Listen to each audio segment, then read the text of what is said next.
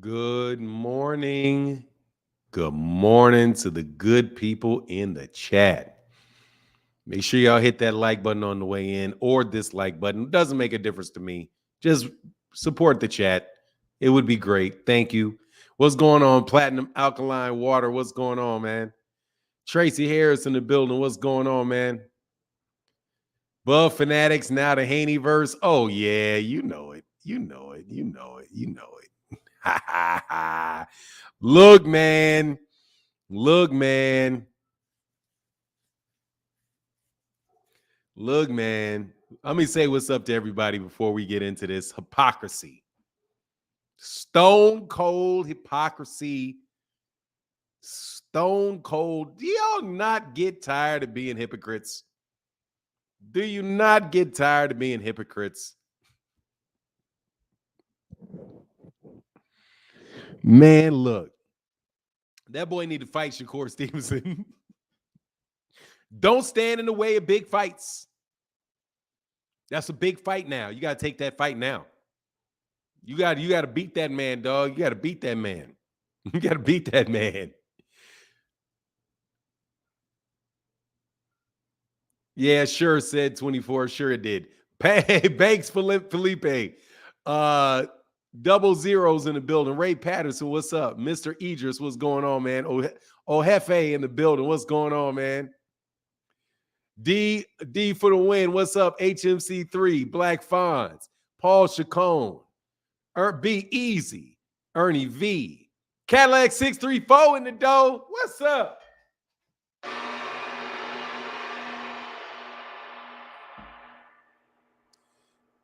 Cadillac 634 in the dough. Now I just need to see my guy Stone Alone. I saw an appearance from John Boy the other day. Steph Coolboy, Mr. Steph Brown been showed up the last couple days. What's going on, Ray Patterson? HK Production said, hypothetically epic. Hey, did I say hypothetically? No, I said hypocrisy. Ali Norton in the bill. What's Ali Norton? What you mean? Be easy, be easy, be easy. What's going on, DH? Antonio Brown, what's good with you, man? All things, Vlad's dad. Giovanni Walker, I'm trying to told ya. What's up? D-Mo 007, what's good? I'm chilling. Dapper Douglas in the building, what's up? Okay, yeah. Let me know when you get there. I got to get a P.O. box. Brock Howard in the building, what's going on, man? Epic Johnson, what's up? Vlad's dad. Steven in the building, what's going on, Steven? Alexander Lies, Sean Vision, DH, All Things, DB, what's up? Fahim, what's up?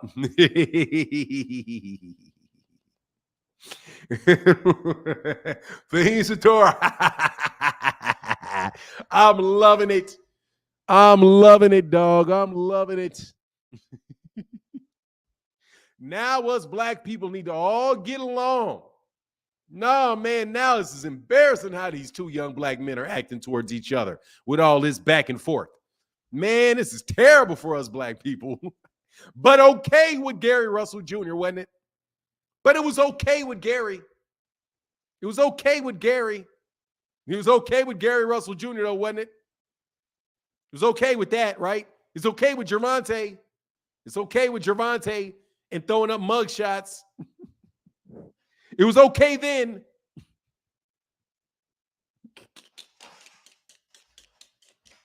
It was okay then, though. What's going on, Malcolm Allen, brother? What's up? What's up? What's up? What's up? What's up? Shout out to you, Malcolm Allen. I didn't see you when I addressed your point. They all in a scramble. Hey, dog. Man, it was okay with everybody else. It's okay with everybody else talking bad about people. It was okay with everybody else. Man, like I said, dog, I like Devin Haney, but some of y'all real Devin Haney fans. Terrence Crawford, a fake fan. But man, y'all be putting some lines out there, dog. Man, if this man ain't ducking that man, come on, man. You better stop using the word duck. It is time for you I told you, it is time for y'all to retire the word duck. It is time for you to take that word and forever throw it away. DA said, I got Stevenson over Haney all day. Look, man, everybody does.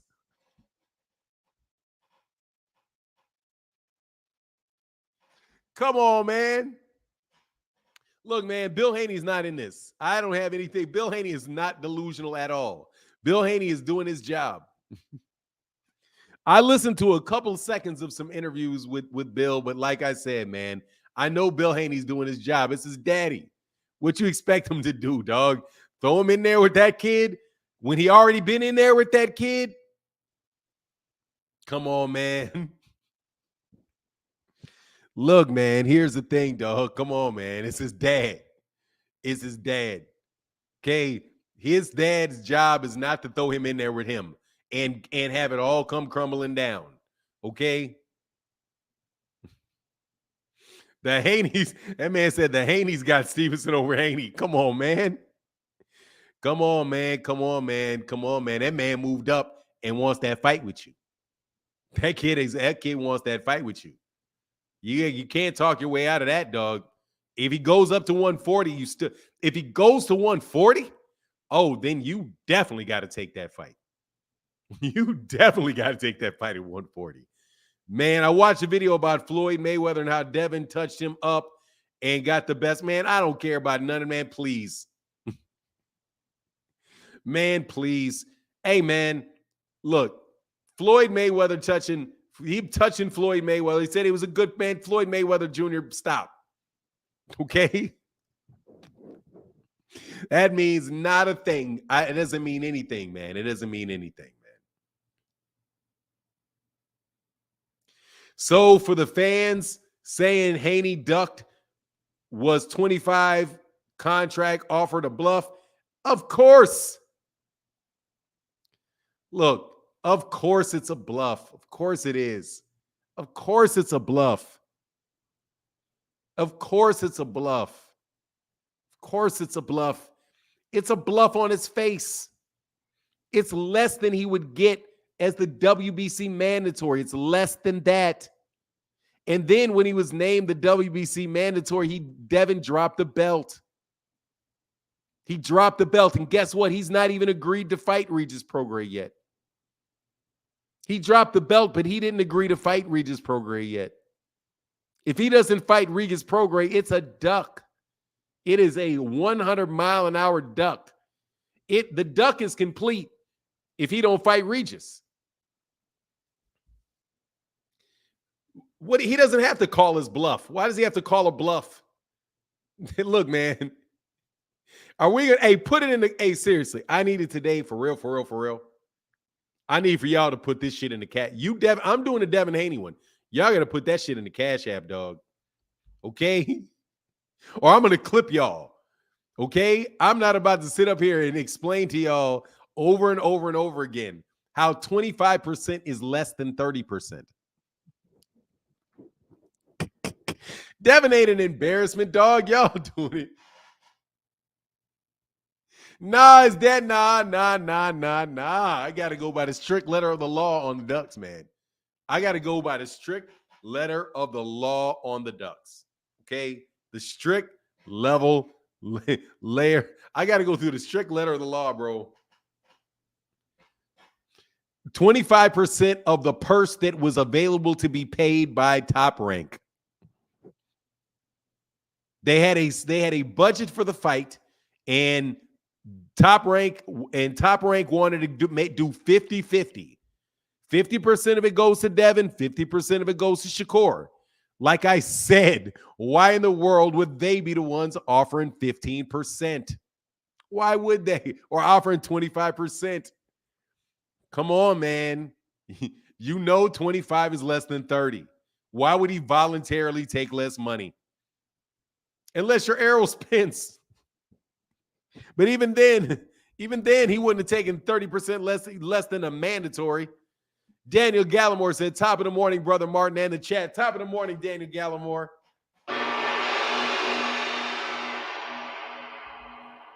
Oh, you know hey, dog, seriously, and I'm in a Haney truce. And I'm in a Haney truce. Come on, man. I called a Haney truce. I was going to speak nothing but positive about Devin. But y'all try to, if you guys try to do this, anything with this, anything other than tell Devin, look, man, you got to fight that guy, man. Cat's out the bag. You got to fight that guy.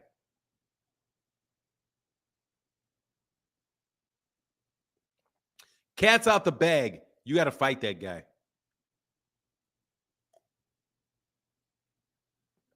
Cat's out the bag. You got to bring out the dog, man. You got to bring out the dog. Stop, Garrett. You're making up rules, Garrett Silk. You're making up rules. If it's 35% is a mandatory for the belt. Exactly. And when you're the mandatory for the belt, you get a shot at all four belts.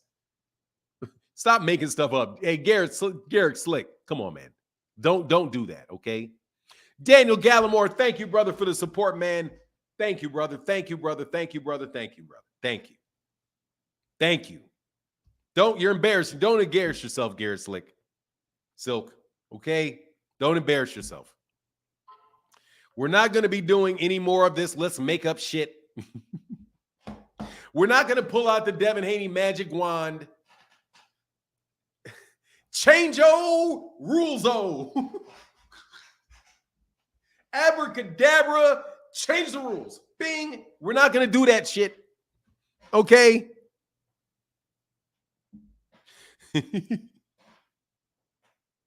We're not going to do no abracadabra magically changing rules, making up terms, like activate the mandatory.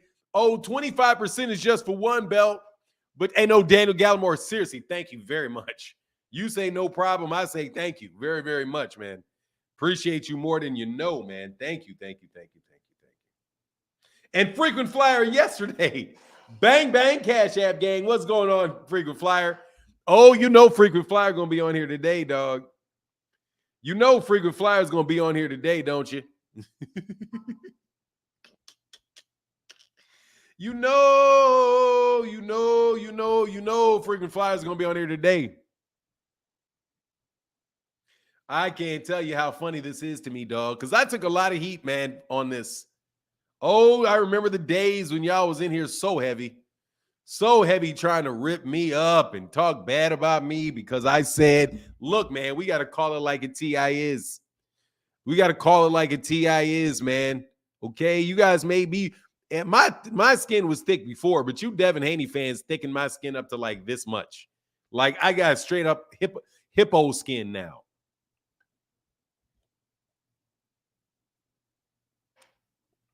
Hey, tell it like it is. Said, hey, King, you should have taken my $500 offer to show your face. Now you got exposed for free. Should have taken it, dog. That's why God don't like ugly, bro. Hey, said, Mr. Tell it like it is. Said, I missed it the other day. For now, man, you cold for real, for real. Hey, look, man, I couldn't help it, dog. I couldn't help it. Hey, dog, dude had it coming, dog. Dude had it coming, man. And trust me, I want him to, hey, King, I want you to get on the chat every day. You are welcome every day, bro. Trust you, me, you're welcome every day.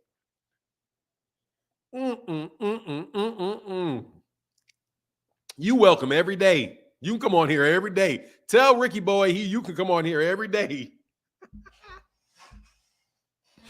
Man, you made Rick Glazer. You should have seen how bad he made Rick Glazer look yesterday. Just getting asked honest questions. Here's the link, though, man. I know you Devin Haney fans want to vent today, bro. Okay, I know y'all want to vent today. I know damage recovery. Come on, man. Nate Dogg OG 86. What about me? What do you mean? There's a link right there. Nate Dogg OG.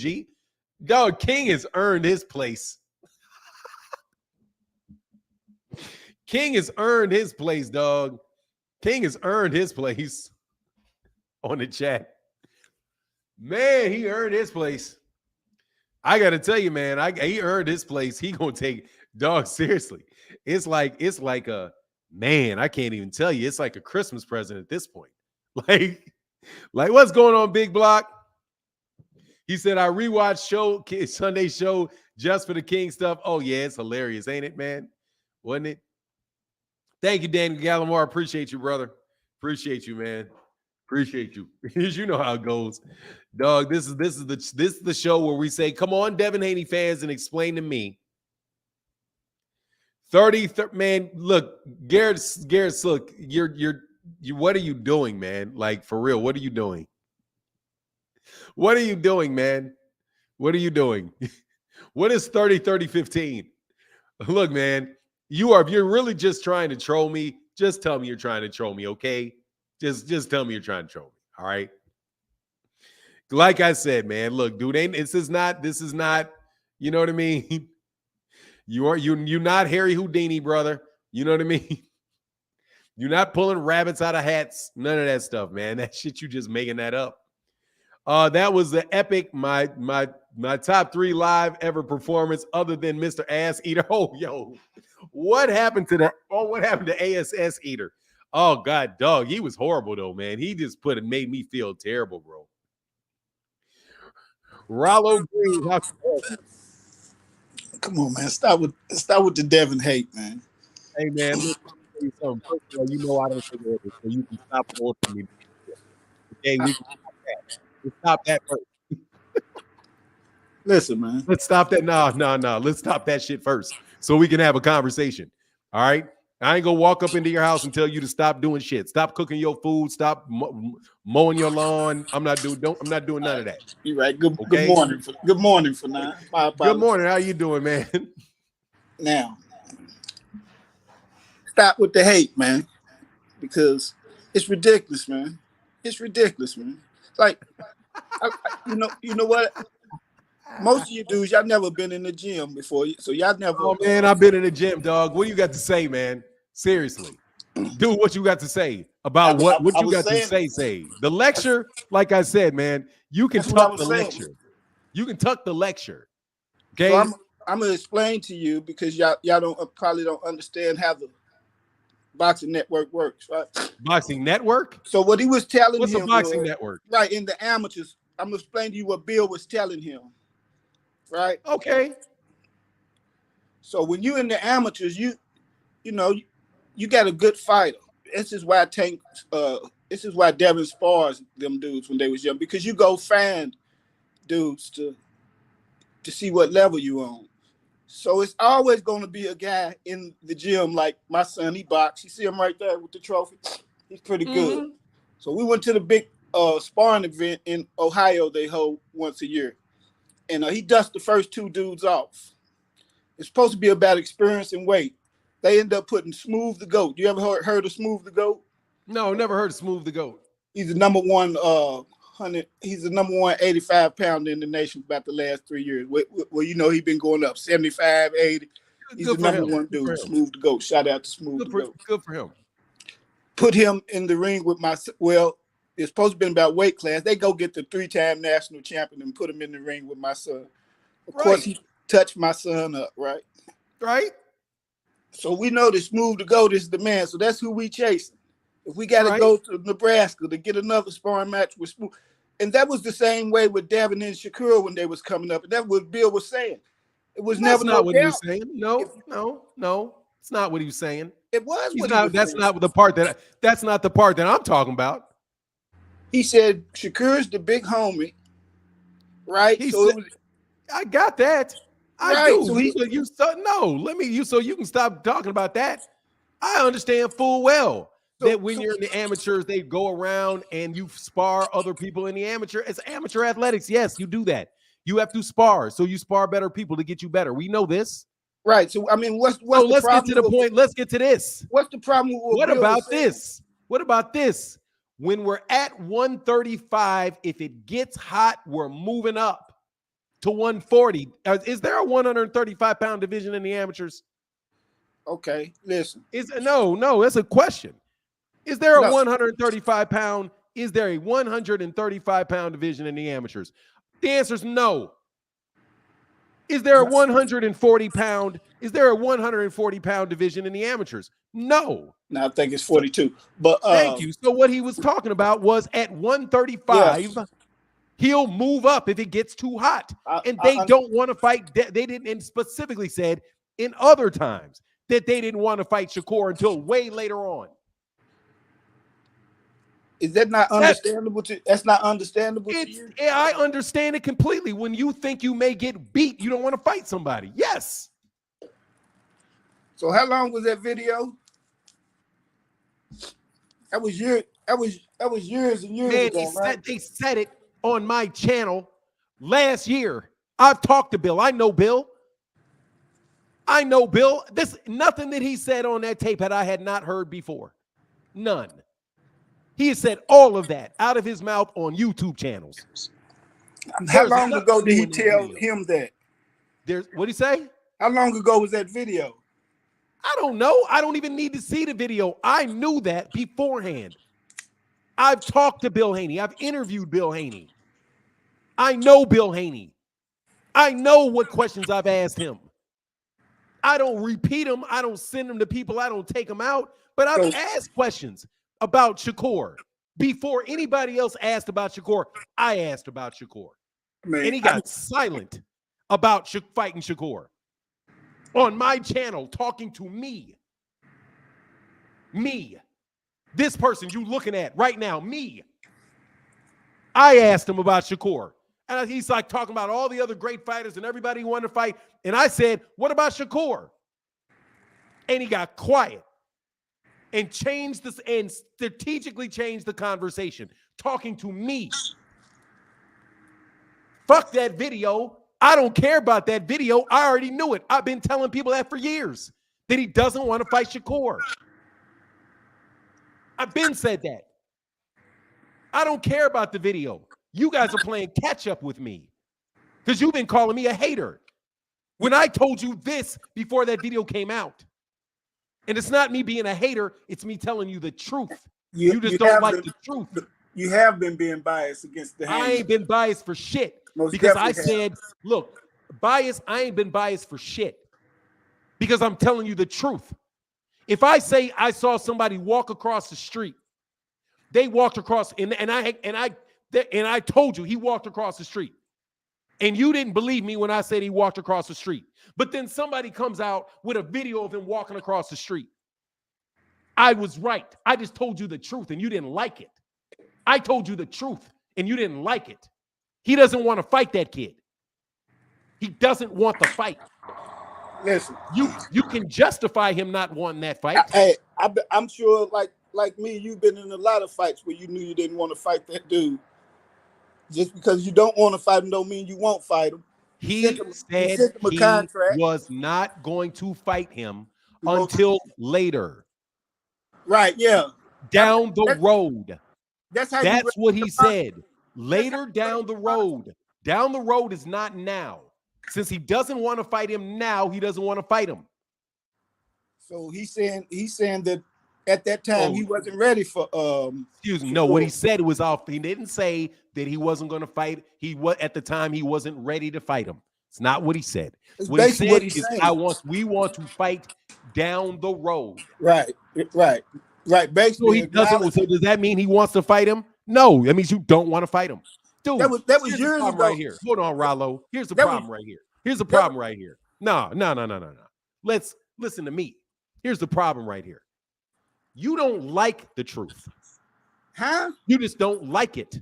You don't like the truth. I was telling you the truth, and you call the truth hate. No, everything you say don't be you're twisted. What have I said that was not true? You're twisted. You know what I mean? Like you'll say twist what? It came out of his mouth. Look, you'll say dude walked across the street the slowest I ever seen, but you won't say that he had a twisted ankle. You see what I'm saying? You do stuff like that. If he walked across the street, the slowest I've ever seen. Nah. You know I mean? If I say, hey, dude, that dude walked. Nah, I'm gonna use your example. If I say, man, that dude walked across the street, and it was the slowest I've ever seen, and he almost got hit by a car, I'm telling, and it's on tape. I'm telling you the truth. Right. I never said why I thought Devin Haney was doing it. I never said Devin Haney was scared. I never said Devin Haney was a coward.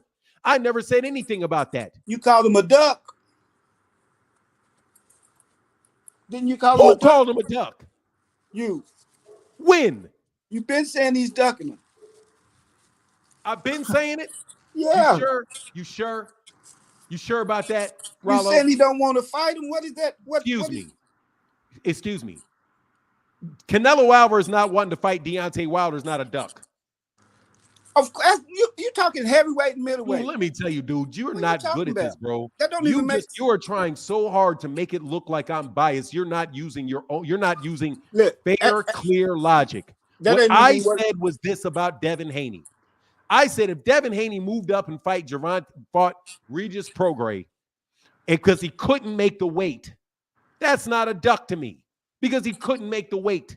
If you can't make the weight, you can't make the weight. That's what I said. But then you call the contract a fake. It is. It is.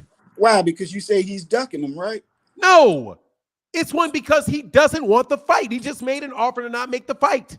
Man, what is the definition of ducking? I thought ducking was a fighter not wanting to fight. If you got to ask me what the definition of ducking is, then you need to go ahead and get a definition for duck for yourself.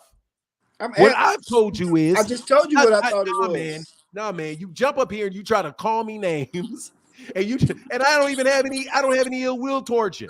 You try to put thoughts in my mind. My opinion? You know, you have an opinion. If I say something out of my mouth, and what I say out of my mouth is true, you can't say squat to me about me telling you something that's true.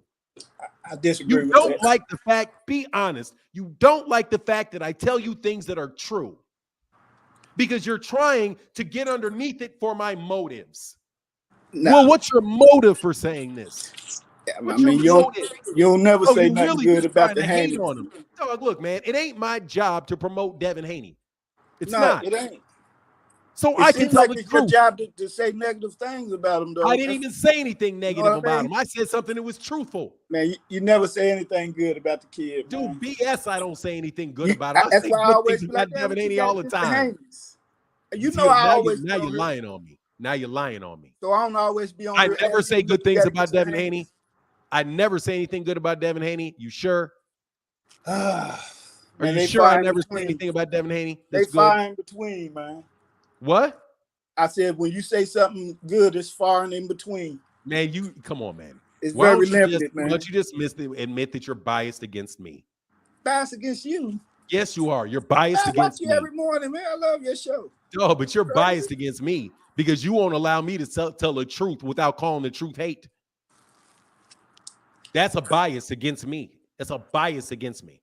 Now, I just believe you have a lot of negative things to say against the Haneys. That I don't believe there's a lot of negative things. If there's not, if first of all, negative is that's your characterization of it, whether it's positive or negative.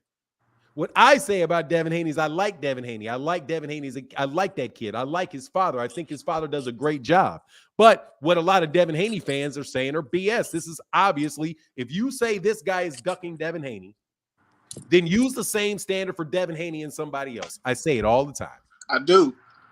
You do? So yeah, Devin's so great. Who ducked Devin Haney? I think Tank ducked Devin Haney.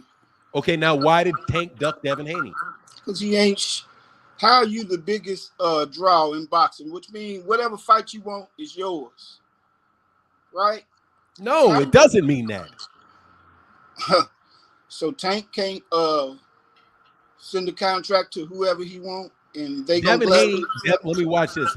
Gervonta Tank Davis cannot fight Shakur Stevenson without the approval of Bob Arum.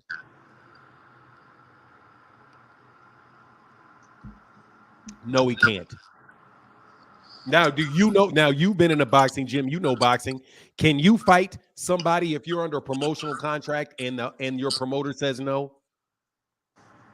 Can you fight somebody if you are promoted by you have an exclusive promotional deal with Top Rank like he does, and Bob Arum says no, I wouldn't make that fight? Can Shakur Stevenson just leave him and make the fight? No, of course he can't. Then why would you say he's the cash cow, so therefore he gets to make any fight he wants? You know that's not true. So you don't think that fight is possible to be made? Excuse me. I'm going to go back to what you said. That what you said was not true. That because you're the cash cow, you can make any fight that you want to make. And because you just told me that that's not true. Because he can't make it. He can't make a Shakur fight. If Shakur promoter doesn't want the fight, which Shakur's dad said he didn't want. Since he can't make a Shakur fight, or since Shakur's promoter said he didn't want. So since Tank can't make a Shakur fight, that means he cannot make any fight that he wants to make, which makes your statement untrue. Okay, you're right. So back to this. Exactly why did Gervonta Davis duck Devin Haney? Because he hasn't tried to fight him in 4.5 years now. Yes, he has. When? When he told Devin Haney, when Calvin Ford told Bill Haney, get out of your fight with George Kambosos. If you get out of your fight with George Kambosos, we'll fight you. I remember him saying, after Kambosos, me and you next, since you want to talk. Remember Tank said that? And you're right. And guess So what? what happened? Bill Haney, Lomachenko happened because Devin Haney was not free to make the fight. He had to fight. He had a promoter named Bob Arum. And Bob Arum said, fight Lomachenko. Okay, so and then after that, he got a mandatory called Shakur Stevenson, who's represented by who? Bob Arum. And then what did he do? He dropped the belt and he moved to 140, and that's where we are right now. So again, why did Tank? So that's number 2 reason you can't say Tank ducked him. See, there you go, not mentioning the limp. The length. The limp. Dude walking across the street, the limp. He didn't drop the belt and then move to 140. He sent that man a contract. No, he dropped the belt and he moved to 140. Yes, he did. He sent that man a contract. That man turned it down. Dude, he dropped the belt and moved. You can say he sent the contract, then he dropped the belt, then he moved to 140. You're just telling me something happened before the 2 things that I named. He did drop the belt. He did move to 140. Did he not send him the contract first? I don't care if he didn't send the contract. There was no written contract. That's according to Bob Arum and Bill Haney. There was never a contract sent. No. I haven't heard that. I heard he sent. I've heard it, and most people in this chat have heard it. Dude, you got a bias against me, man. I haven't heard that. Well, I'm telling you have a bias against me. If he didn't send him, let me save all of this conversation, Rollo, Mr. Green, and I'm telling you, let me save the rest of this. I have dotted my I's and crossed all my T's on this stuff. You're not going to catch me in any of that because people call me. No, let me finish. Because people every time for at least 4 years now, people have called me some type of hater for some type of thing. And I've made sure the entire time when I give an opinion, I have the facts behind the opinion. And I always state it in a manner where I'm being fair to both parties. I do it every time so that whenever somebody comes up being biased towards me, I can always refute it very, very easily. Just like I'm doing with you right now. I just gave you the perfect example of what you do. That was my example you're giving me. I know. I just gave you the perfect example of what you do. You just you told the truth, you dropped the belts and moved to 140, but you didn't tell how he sent them the contract first, though. He didn't send them the contract first. So where did 25% come up at? 25 came in a conversation between the two, not a contract. Between the two promoters. Between who? Between Bill Haney. Do you not know the facts? And Bob Arum? Yes. Do you not know the facts? Why do I got to keep giving you all the facts? And you got an opinion. How come you keep having an opinion without knowing all the facts? Hey, what, the door unlocked? Hold on, I'm ready to come down and unlock it. You keep telling me your opinion when you don't have all the facts. I think you're biased towards me. So if the two promoters sat down and tried to discuss they was negotiating, right? We can agree to that. I don't know if they were sitting down or if they were on the phone, but yeah, they were negotiating. Yeah. That's not sending a contract. Sending means you wrote it down and you sent it. He jumped up out of there. Hey, man, Rollo, you're biased against me, bro. Let's tell the truth. I see you, Rollo. Hold on a second so I can read this. Leo Shang in the building. Thank you, brother. Folk about getting upset about nothing. It's silly. Akilo Netter in the building says straight up he would still have the WBC strap if he wanted to fight him. Absolutely, you don't want to fight him. And Brian Oglesby in the building said, what's the baby going to do? Quit crying. Much love in that super chat. What's the baby going to do? I don't know what you mean. All right, so what's up? Yeah, I ain't crying. I'm gonna leave it to the babies. Uh, so they negotiated the thing and they turned it down, right? They Called countered it a offered it. joke. They countered off. They called it a joke. It is a joke. It is a joke. So what was 25% is a joke. It is. It is. now? Do you know what the mandatory the minimum mandatory purse split is for the It's 30%. WBC? Then it is a joke. You know it's a joke. What's higher, 30 or 25? 30 or 25? Yeah, what's higher? 30 or 25, right? Yeah, what's higher, 30 or 25? What number is higher, 30 or 25? Of course. I mean, why we playing them games? That's my point. So why are you playing them games? That's my exact point. Why are you playing them games? About 25%. You know nobody's going to take 25% when the least they're going to get is 30. Has it? Let me ask you this: has it ever been done? I don't know. What do I look like? I doubt it. If it happened, it was an idiot. What did Devin If it ever, let me put it this way: if it ever happened that somebody took 25% when they could have got 30, they were most likely hanging off of a balcony by their ankles. What did Devin do when he fought Cambosa? Didn't he take 25%? No, and he wasn't the mandatory. How about he wasn't even the mandatory? That wasn't a mandated fight. That was a voluntary fight. He was the so champion. there was no 30%. There was no 30% minimum in that fight because Devin Haney was not a mandatory. So it doesn't even matter if he took 25%. That's because it was a voluntary. What? Right. That's because it was a voluntary because he wanted not a mandatory, which means Devin Haney would not have taken 30. He would not have to take 25% for a mandatory. He wouldn't have to. To me, I'm gonna put it simple. I love Shakur and Take. I mean, they all great fighters, right? But to me, Shakur's supposed to bit the bullet and took Why? that. That's stupid. He doesn't have to bite the bullet and take less money than he's supposed to get by law. By law, you're telling me if you're driving. Hold on. If you're telling me you're driving down the street and you are going 45 miles an hour, and you can prove that the speed limit is 50, and somebody comes up and says, I want to give you a ticket for going 55, you're going to say, oh, well, I was only going 45, but, hey, let me bite the bullet and take the speeding ticket because I just agree that I was going over? No, ain't nothing to gain from that, I'm sure. Ain't nothing to gain from that. You're not going to stop, man. You're not going to say, if the IRS owes you $2,000, you're not going to say, hey, don't worry about giving me my $2,000 back. I'll take $1,500. Right, because you're going to lose in that. You're going to lose, and you're going to lose if you take 25. You take 25% instead of 30. Now, me personally, don't do that. Me personally, I feel like if you manage your son as a boxer, and this is me telling you, somebody with a good amount of experience in business, you would never do that to your son, bro. Yeah, you would never tell your son. I'm sorry, we're gonna do it every time. You would not tell. They don't. Why would you do that? Listen, that is terrible advice. Let me tell you something. This little kid up here that we whoop on all the time, right?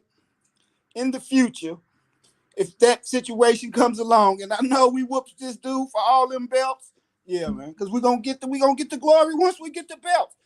Devin Haney is a boring fighter. I just love the science, so I see why he's so great, right? But so he's not a draw. We'll say that. I'm not gonna say boring because I love it. It's exciting to me to see him watch dudes. But we understand that he's not a draw when it comes to the books. The only reason why you say Devin Haney's name every single day on your show, right? The only reason why we having it is because he has the belts. If he had no belts, he wouldn't be talking about it. No, it is not. Another controversy. No, it is not. No, it is not. Yes, man. Once again, you out here telling me what I think. No, I talked about Devin Haney because I liked Devin Haney well before he had belts. No, the controversy is dog. You got to stop this shit. You got to stop this. The controversy with everybody is because he got the belt. If he had no belt, you have got to stop putting your thoughts into my mouth. You've got to stop putting your thoughts into my mouth and telling me what I think. You don't know what I think. You only know what I say. You have got to stop that. I don't tell you what you think. You don't get to tell me, no, man, you don't get to tell me what I think. You don't know what I think. I mean, this is what the masses of the boxing community. No, the masses of boxing fans, you don't know what the masses of boxing fans think because you don't have a YouTube channel where you talk to thousands of people every day like me. You don't know what the masses of boxing fans think. Listen, you know what you think. Nobody is following Williams Zepeda. Ain't he undefeated? 28 fights and 24 knockouts. Why we don't talk about him? He doesn't have any belts. I talk about Frank Martin. He doesn't have any belts. No, you don't. I talk about Robin dog. I talk about Robesi Ramirez all the time. He doesn't have any belts. I talk about Jaron Ennis more than I talk about Devin Haney. He doesn't have any belts. I talk about David Morrell. He doesn't have any belts. I talk about all kind of fighters that don't have any belts. I haven't heard you say David Morrell's name. You don't hear me talk about him. I'm sure. Once on this channel. Look, you can stick to what you think. You can stick, but your bias against me is the only thing that's been proven in this conversation is your bias against me. You continually put words in my mouth, thoughts in my, and act like you can read my mind about what I think. It ain't about. I tell you flat out truths. I tell you flat out truths. And even though you agree that what I say is true, you assign some other reason for me telling you the truth. The world is following the Haney tweets. It ain't about you. I'm talking about what everybody is. Man, it is about why Haney is in the spotlight. When you say the only reason it's on this channel, you're talking about me. No, I'm talking about what the world is. You need to be more. You need to be a little bit more, significantly more. I'm talking about what the world is talking about. Nah, bro. You need to be more precise in your speech because you say the way that you speak is extremely loose. Extremely loose. And I'm being very specific. When I say Devin Haney did not want to fight Shakur Stevenson, it's because his father said they didn't want to do it. And that's the truth. You cannot say anything about me if I tell you something that is the truth. So he just sat down and wasted his time with Bob Murray, trying to make a contract. What? He just sat down and wasted his time. That was for show. He's not wasting his time. Negotiating with him. He's not wasting his time. I mean, that's how is talking to Bob Arum wasting his time? If they're negotiating the fight between the two and they never had plans of fighting them, that's wasting time. No, it's not wasting time. Not at all. What is it doing though? I'm a flat at LA. Now, if I answer this question, now let's stop right here. Got a fight I never played. I'm going to answer your question, Rollo. I'm going to answer your question, and then when you tell me that I'm right again, we're done. All right, go ahead. It's not wasting your time if you're getting multiple offers on the table so that you can use them as leverage for the offers that you want to take. For example, if I am working for an employer and I am getting paid $100,000 a year, I love that employer very much and I'm up for a raise. If I go to 3 other employers and I get an offer for $120,000 from one, $110,000 for another, and $115,000 for another, all for the same work, and they all want me, but I want to stay with the guy that I got $100,000 with. Do you know what I will do? I will tell them about my other offers. And they will say, and I will say, look, I really want to stay here to do this job. I don't want to leave. But IBM offered me $120,000. AT&T offered me $115,000, and these guys offered me $105,000. Look, for you, because I want to stay with you, I want above the 10% increase, which will get me to $110 that you're offering. I want $115. I will take $113. If you do not have other offers on the table, they can keep you at the same amount of money because you don't have any other offers. And people do that all of the time when they negotiate. It's called keeping your options open, which is what Bill Haney did. Because Bill Haney was negotiating last time I checked, he was having conversations about 3 different fights. Shakur, Regis, and whether or not he was going to fight for the WBO belt against if Teofimo Lopez decided to stay retired and dropped it. That was 3 different negotiations he was in at the same time. He can only take one. So now that you're going to tell me I'm right, because I am, thank you. I mean, yeah, but that's... There you go. That's all I needed. Nah, Rollo. Devin, all I need to hear. They're the one, and I'm going to finish it with this, Rollo. Nah, Rollo. Nah. You are in the gym with your son training, and I respect that. I am not going to go into your gym when you're working with your son or the trainer's working with your son and start critiquing his jabs and his footwork. Don't critique my business acumen because you don't have the same one. Yeah, and it is blatantly apparent that you do not. Listen, I think you listen. You taking it too personal. Do not jump up here preaching to me about business where you do not have the same business acumen that I do. Yeah, Bye, Rollo, till the next time I talk to you. And I got respect for you, brother. But don't be disrespectful and biased towards me, because that's what you're doing. I can't tell you the truth without being called a liar. You lecturing me about subjects that you don't even have the facts on nor the expertise to debate me on. And want to keep coming with questions. I'm more than happy to talk to you again on another subject on another day. Yeah, you were going to say I was right, and I told you ahead of time. You're going to tell me I'm right. You're going to tell me I'm right. And when you tell me I'm right, then I'm going to put you off. That's disrespectful to me. That's disrespectful to me. That's biased towards me. And yes, people can be biased against me. And a lot of you are biased against me. It doesn't matter what I'm saying.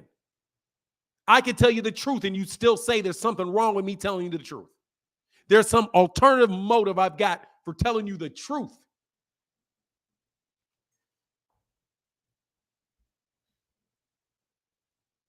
Thank you very much. These guys aren't fans or cult followers. No, this dude's just trying to win an argument with me. And that's it. That's all he's trying to do, is win an argument with me, which you will never do.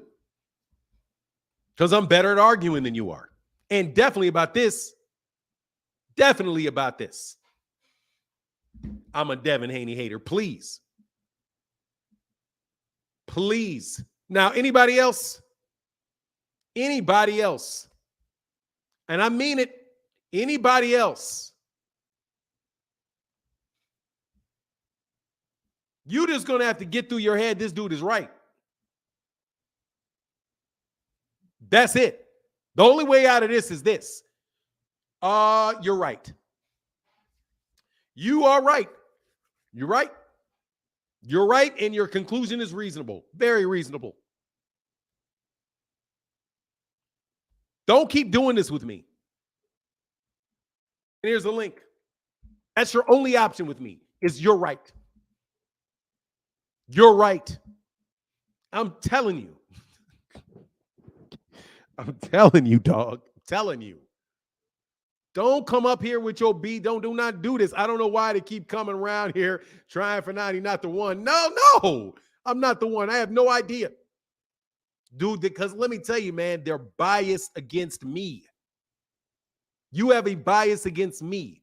And you go to other people's channels who feed your bias against me. You do not give me a fair shake because you listen to other people who are telling you bullshit. Okay? Let me repeat what they're telling you. Bullshit. I've been pointing this out since Gary Russell Jr. And you listen to this. Oh, this guy Fanon just hates him because of Gary Russell. No, I don't. I was telling you the truth with Gary Russell Jr. He was telling you the truth with Gary Russell Jr. Devin was, those guys were saying they were trying to fight him when they already had another fight agreed to with Yuriokas Gamboa. And then he did it again with somebody else. And they did it again with somebody else. And you keep seeing the same thing. And I keep telling you the same thing. But no. It's Fanon is biased. I'm not biased. You guys keep telling me everybody has a bias. I do not have a bias. I have desires. Pause. I have desires. I have appreciation for certain people on certain levels. But I do not have to be biased when I'm talking to you. I don't. I can be completely objective. I can. And if I don't want to be completely objective and share with you a completely objective opinion, I will keep my mouth shut. Because I know when I like somebody and I don't like somebody else. I don't like Steve Kim. I don't like him. Okay, I don't like him. Don't like the dude. Don't like him. Been following him a long time. Don't like him. I like Dougie Fisher. I don't like his politics, but I like Dougie Fisher. I think Dougie Fisher is a decent dude. He's a decent dude I could probably get along with, but he's what he is. You know what I mean? Come on, man. I've taken a lot of sweat over this Devin Haney garbage. And it was sweat that was pointed at me. You know who has pointed things at me? Terrence Crawford has pointed people at me. Bill Haney has pointed people at me to criticize me in an attempt to mute me and to discredit me. And guess what? It didn't work. Because the truth shall set you free. The truth shall set you free. You're not going to get over on me with this shit. I know what your moves are. King, the bodying of King, trust me, that is going to come. That is going to come. I'm just going to sit here and wait for you to fall apart, man. Anyway, so what about this past week in a boxing in the double heavyweight with Top Rank? Man, we ain't talking about that rye. What about it? Usyk whooped up on Usyk, and you got a bunch of Dubois whooped up on Dubois. Got whooped by Usyk, and there's a bunch of people crying about it because their victory got snatched.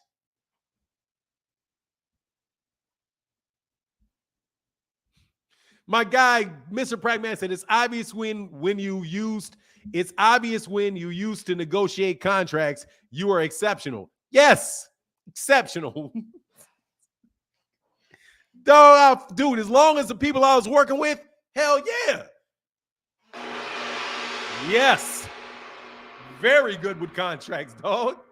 Very, very, very good with contracts. Very good with contracts. Believe it.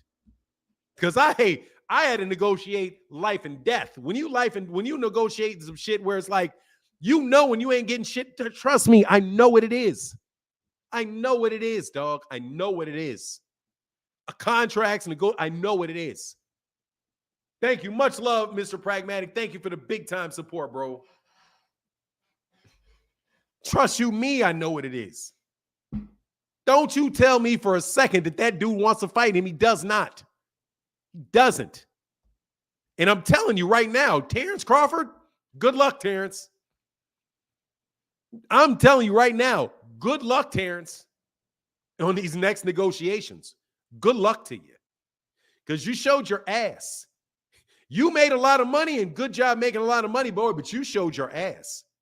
And you know full well what Jermell Charlo said.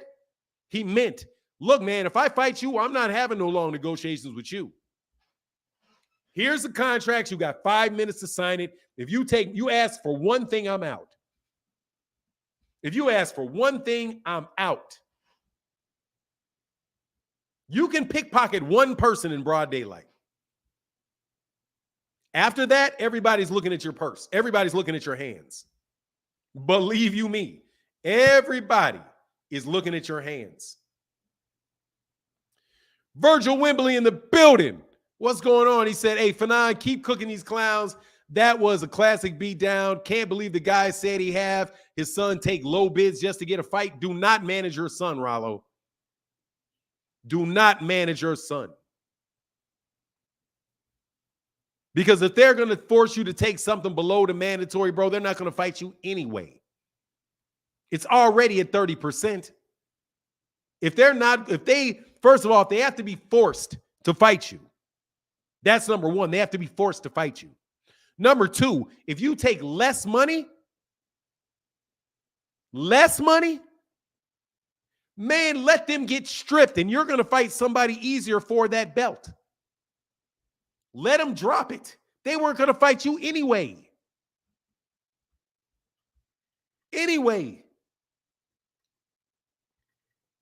It was just Devin's mistake not to say 30. Bill Haney made a mistake. You should have said, offered him 30. 31 is actually what you should have offered him. 31%. We want 69-31.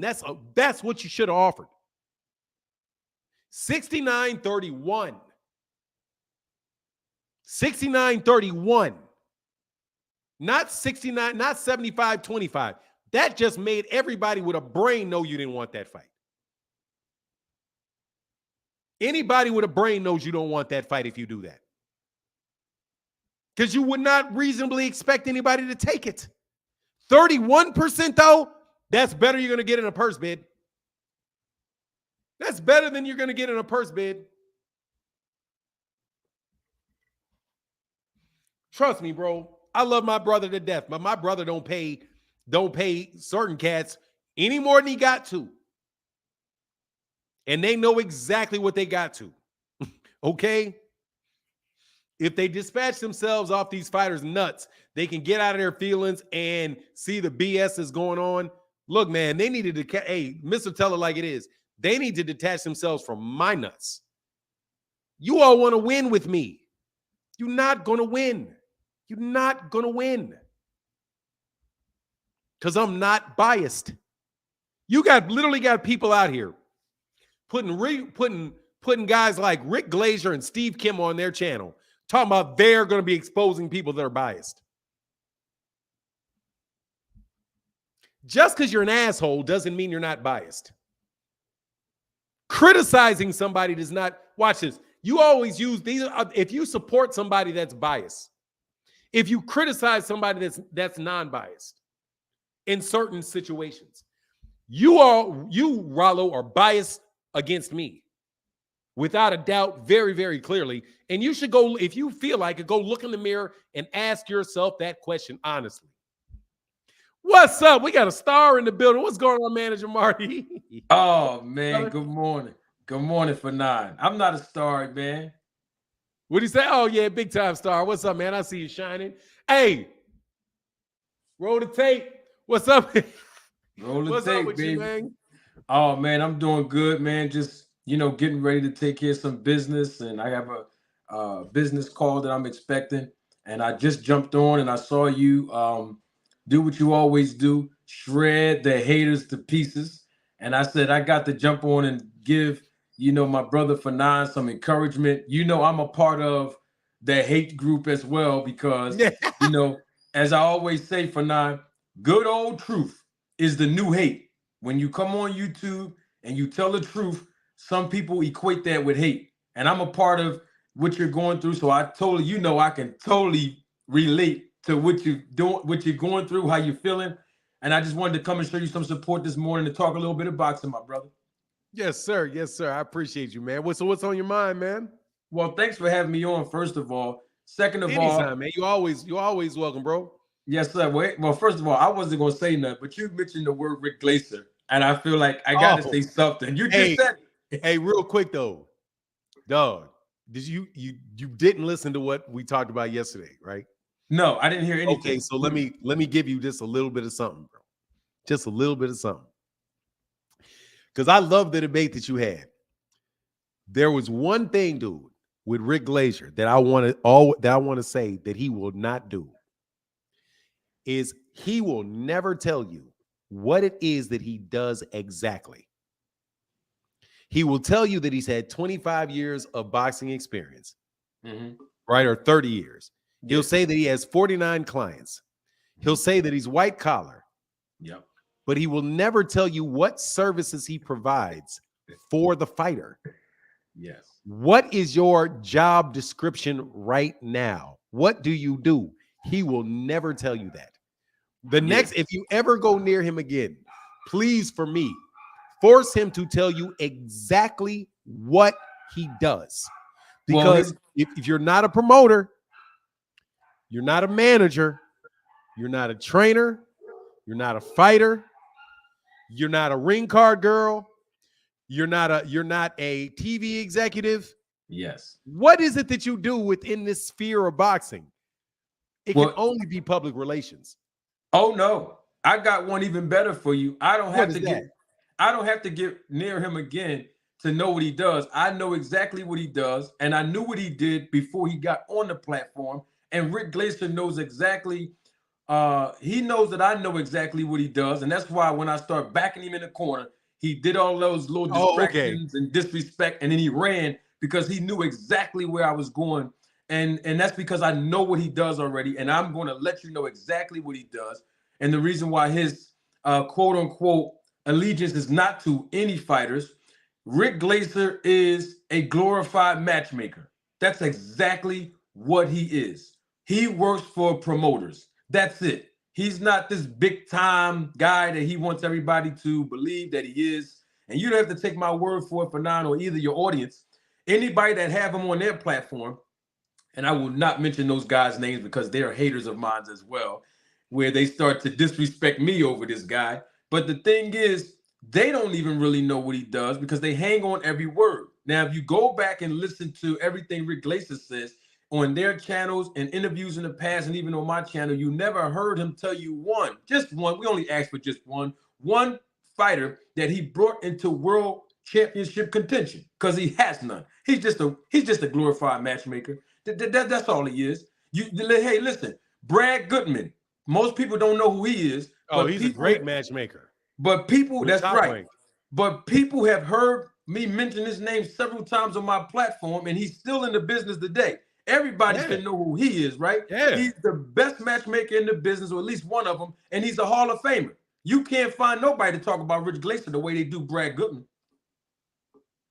He's just a matchmaker for 9. That's all he is. Oh, I don't know if he's just doing that though, because see, I think he's getting paid to. I think he's actually getting paid to say some of the negative things that he's saying. I think that maybe I think that's his skill set, because it makes it sound like that's where he was. But if he's not actually when he's going around to these YouTube channels and doing all of this stuff and putting out all these fake numbers and all of that stuff, you got to be able to earn money doing that somehow. And it just to me seems like that's more like what he's doing. But I appreciate that's what his skill set is, because he does talk like that's what a matchmaker is supposed to do. You're supposed to give him a bunch of fights. But go ahead, man, speak your mind. I just wanted to ask you that. Hey, man, it's all good. Yeah, he's a matchmaker. And the thing about it, and I wouldn't be surprised if he is getting paid. We've seen other people get paid to come down on YouTube to say discreditable and unfavorable things. We've seen this trick before. All I'm saying is, when it comes to Rick Glaser, right? Rick Glaser, and you can ask anybody in the business that knows Rick Glaser, they will tell you the truth about him. And you won't find too many people, unfortunately, that say good things about him. Rick Glaser is a matchmaker, and he is more credibly known as going to fighters that basically, like he called on my channel, nobody's, his words, not mine. And he basically go to them and say, I have a relationship with this particular promoter who wants to use you to build up basically the fighter that they're, investing in, right? To build them up, right? Like you are, quote unquote, tomato can. And the promoter will tell Rick Glaser, hey, I'm just using this as a reference. This is not might not be the real numbers. I'm just using this as a reference. Yeah. Just take i.e. just right. I.e. right? Hypothetically. Yeah, I just say hypothetically. Hypothetically speaking, right? The promoter will go to Rick and say, hey, Rick, I got 30,000. We want to do, let's say, a 10-round fight on ESPN. I'm just using ESPN, i.e. hypothetical here. as the network, I got 30,000. Go find me a fighter for my up and coming guy, right? 10-round joint. And Rick will go to the guy, the fighter, and say, look, the promoter called me. He has 15,000 for you on the table. Now, I just said the promoter told Rick he has 30,000, but Rick going to tell the fighter, we got 15,000. Hypothetically. Hypothetically, Rick will tell the fighter, hey, we have $15,000 on the table for you to fight. Let's say ESPN 10 rounds. The fighter who works at, hypothetically, Walmart as a manager, he's going to jump to that and say, wow, I can make 15,000 in one night again, you know, because I'm working a 9 to 5. I'm not in the gym active as I always, you know, do, or I usually do if I was doing this on a full-time basis without my second income or me working at Walmart as a manager. So he's going to jump on that. So the fighter don't know that Rick Glaser, the promoter, made a deal for 30,000 in that hypothetical scenario. And so the fighter's going to jump to the 15,000. And so what happens is Rick Glaser will go to the fighter after it's over and say, hey, remember, I'm the one that put this together and gave you opportunity. So I need about 20 to 30% of the 15,000, you know, that I helped you get. And the fighter has no idea that that's what's happening. And the reason why Rick Glaser can get away with that, because most of the fighters that he's doing this with, this matchmaking with, in his history of 32 years, they don't have representation. They don't have a manager representing them to come and refute that and go directly to the promoter and not the matchmaker directly. Oh, That's wow. what Rick Glaser is known for. You're just saying double dipping on fighters. Oh, absolutely. And everybody that knows Rick Glaser in this business, who've done business with him, and I'm talking about in the past 32 years, they know that's exactly who Rick Glaser is. And I already knew that before he came on. Oh, that adds a lot of light to the conversation of what was happening. Yeah. Now I'm gonna let your fans know this. I spoke to a good friend of mine. He called me the other day, and he says, Marty, I went back and I watched that Rick Glaser thing again. He knows me personally. And he says, I noticed your switch. And because he knows me, he said, I saw the switch, but I don't know why. Now I'm gonna go back, roll the tape so that you can all have an understanding of this. If you remember the first couple of minutes of that interview I was doing with Rick Glaser, that dialogue, I was very calm with him. He don't know how much I know about him, but I was still respectful. I was calm with him, right? Everything was cool. But this is where the switch came. When Rick Glaser says, and I walked him into this, and I will be honest to all of the viewers right now, live and living color, I did intentionally walk Rick into this corner because I already know who he is. And I said, come on, Rick. How can you say the fighters are getting overpaid? I mean, it's all about the fighters making money. I mean, that's what me and you are in the business for, right, Rick? And I knew Rick is not in the business for that. And he walked right into my trap and says, no, I'm not. I'm not for the fighters getting paid. I'm not for the, fighters. I walked him into it. And when I walked him into it and he publicly admitted that, if you notice, my shift came right after that. Because now I was talking to you as a podcast host in the beginning. But since you publicly said that, now I'm not a podcast host. I'm a manager. And I'm representing fighters. And you are not. And you are opposed to my representation of fighters. That's where the switch started to come in at. And if you notice, my whole demeanor changed on Rick Glaser. And now, because my demeanor changed, there were certain lines of questioning. I was backing him in the corner. He knew it. I hit him with the jab for 9. He went down on the knee. I was trying to finish him with the 2, which is the cross. He got up, beat the count, and ran out the ring. He don't want no work with me. And all the other content creators that watch your platform and watch mine, they don't be in the chat, but they probably watching right now. And I'll tell you what, for now, they don't want no work with me. That's why they waited till the whole thing was over. That's why they waited till everything was over, got him on their podcast and all kind of crazy stuff. Everybody want to know for now who I manage. I don't know why people don't understand. I manage more hating content creators and fans than I do fighters. I managed to get them to hate on me and talk crazy to me and do all kind of stuff. And it makes me get more eyeballs on me. I love being the bad guy. Hey, man. Well, I appreciate it. Thanks for clarifying that, man. I appreciate that enlightenment. So, yeah. So the get over matchmaker, that is good. That's enlightening. That's, again, why cats really don't want to debate. Because if you got sense. He works for the promoters. His best interest is only in the promoter giving him an envelope. It's not for the fighters. He don't care what your record is and how bad, you looked in your last fight, or if you got medical health or mental health problems or any injuries. He don't care about that. And he said it himself when he tried to, spew this 25-year hate that he has with Al Heyman by saying that Al Heyman is the one who, quote unquote, effed up the business. What he's basically saying is that Al Heyman came into the business 20-something years ago, and Al Heyman realized that a lot of these fighters are not even getting paid the fair market value.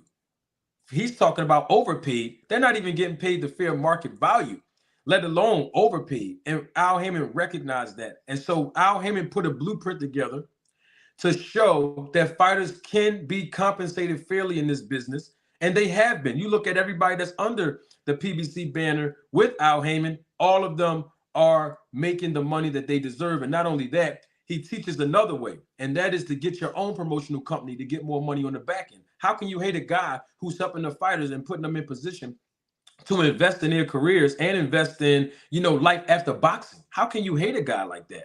But the problem is that Rick Glaser is going around on every other platform talking about a hate that he has with Al Heyman. If you go back and listen to the interview I did with Rick Glaser, I asked him what it was about and why, and it sounds very juvenile. I'm sorry about that. It sounds very juvenile and minor. The reason why he still have this 25-year hate for Al Heyman. It's not even like something that happened recently. He's talking about something that happened 25 years ago that he didn't resolve, which is okay if you want to hold on to that. The problem is when you see that Al Heyman is doing good by the fighters, you have to respect it. I mean, there's no point of hating on it. Al Heyman and PBC, Tom Brown, Sam Watson, and all of those guys over there, they're doing right by the fighters. And that's what I advocate for. And that's why I became a manager. And so that's why, I was talking to Rick Glaser the way I was, because I know what my heart is when it comes to this business. And, good representation in this business is priceless. And I've gotten on YouTube, and that's all I've been saying, even with Terrence Crawford. Terrence Crawford listened to the things that I said with regards to business. Now, he might not have went on my channel directly. I don't know. And it doesn't matter. The bottom line is the principles that I recommended for Crawford to secure this fight with Spence, he did it. And not only that, the things I've been saying about the business, Terrence Crawford is doing interviews now on a world tour talking about his, realization of, this is good business. I've been saying this already. Yeah, join the crowd. Bernard, you've been saying this as well. It's like we've been saying this for months and months and months, but yet the fans have been coming at us being critical, saying we're hating. But now Terrence Crawford's coming out showing his own fans that y'all didn't even know what y'all was talking about, and y'all were criticizing us for nothing. Big time. Absolutely. Oh, but I just want to disagree with one thing. It don't bug me no more. I used to bug me some years ago, but it doesn't really bug now. A lot of these cats a lot of people are just bots, man. There's a lot of people that are just bots and just not like, that's why I say there's that aspect of boxing, the public relations aspect of it on YouTube channels where you really will get inundated by people that I think are associated with promoters to really try to discourage you from saying certain things. And I think that it's the case with to an extent with Devin Haney. I think that's definitely the extent with a lot of the people and anything that PBC takes place with PBC. And it's black fighters specifically with PBC. But yeah, man. Yeah, I agree 100%, man. So what else on your mind, brother? Appreciate you, man. What, man, I appreciate you having me on. Well, I know you were talking about Devin Haney and Shakur. I saw the title, but I didn't see or hear. Oh, no, the silliness of taking Devin, somebody wants Devin Haney, wants Shakur Stevenson to say 25% split of the purse that was coming out of the budget of ESPN, even though the WBC's minimum mandatory purse split is 70-30. So just that's silly to even ask him to do that, because if somebody competes against you, number one, I mean, why would you take 5% less? If he wants you to take 5% less, he's probably not trying to fight you anyway. And if you wind up going to purse bid, and then you have competition for the fight, which may actually raise the cost of that budget. And when you raise the cost of that budget, you'll get 30% of a larger amount. which is more than 25% of a lower amount. Or it'll hit the other side of it is that you force, say, for example, the purse bid was less and they wind up having to pay less because there's nobody competing for it. Then you wind up hitting Devin Haney in the pocket for money because Devin Haney now is going to get a lower percentage. Actually, get a lower percentage of a smaller pot. So just all around, I'm just saying that nah. And he just didn't want to fight him. And then it came out that he said that he didn't want to fight him, which he had said before that they didn't want to fight, which is most times that's why you have a mandatory anyway, because for whatever reason, that guy's not going to get a voluntary fight. So they make it a mandatory one so that the mandatory guy gets a shot at the champion, who in any other case would be able to pick and choose who he wants to fight. If you don't have a ranking system that allows somebody to get there, whether you think that they can win the fight or not, that's what that was about. No, well, you're absolutely correct. And here's the thing: we have to include this in the element. Bill Haney was at the Regis Prograis fight, scouting Regis. Everybody knows that already. So it's like, why would you be there to scout him? Because y'all already knew that y'all were going to move up to 140 anyway, and then turn around and say something about a 25% offer. The bottom line is this: everybody in the world knows that Bill Haney and Devin Haney already made plans and adjustments to move up to 140 after they were going to fight Lomachenko. They knew that already. They were asked at the post-fight press conference after the Lomachenko fight, do you want to move up to 140? And the response was, we got to go. We don't know what the future holds. We got to look at the drawing board. We don't know. But the truth is they knew already. Just a matter of a few months later after that, Bill Haney was doing interviews at the Regis Prograis fight, scouting him. So they already knew.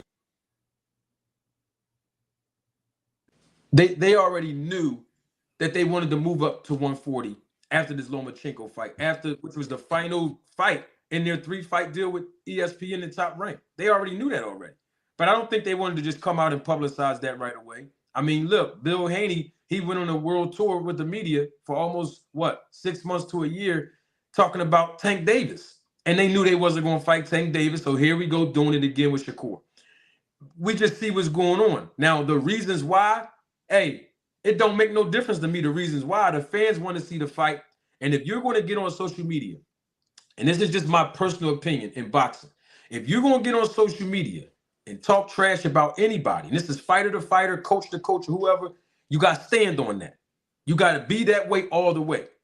I think Bill Haney was on an interview a while ago. I forgot the platform it was. It was an interview that he did, but Calvin Ford was on there.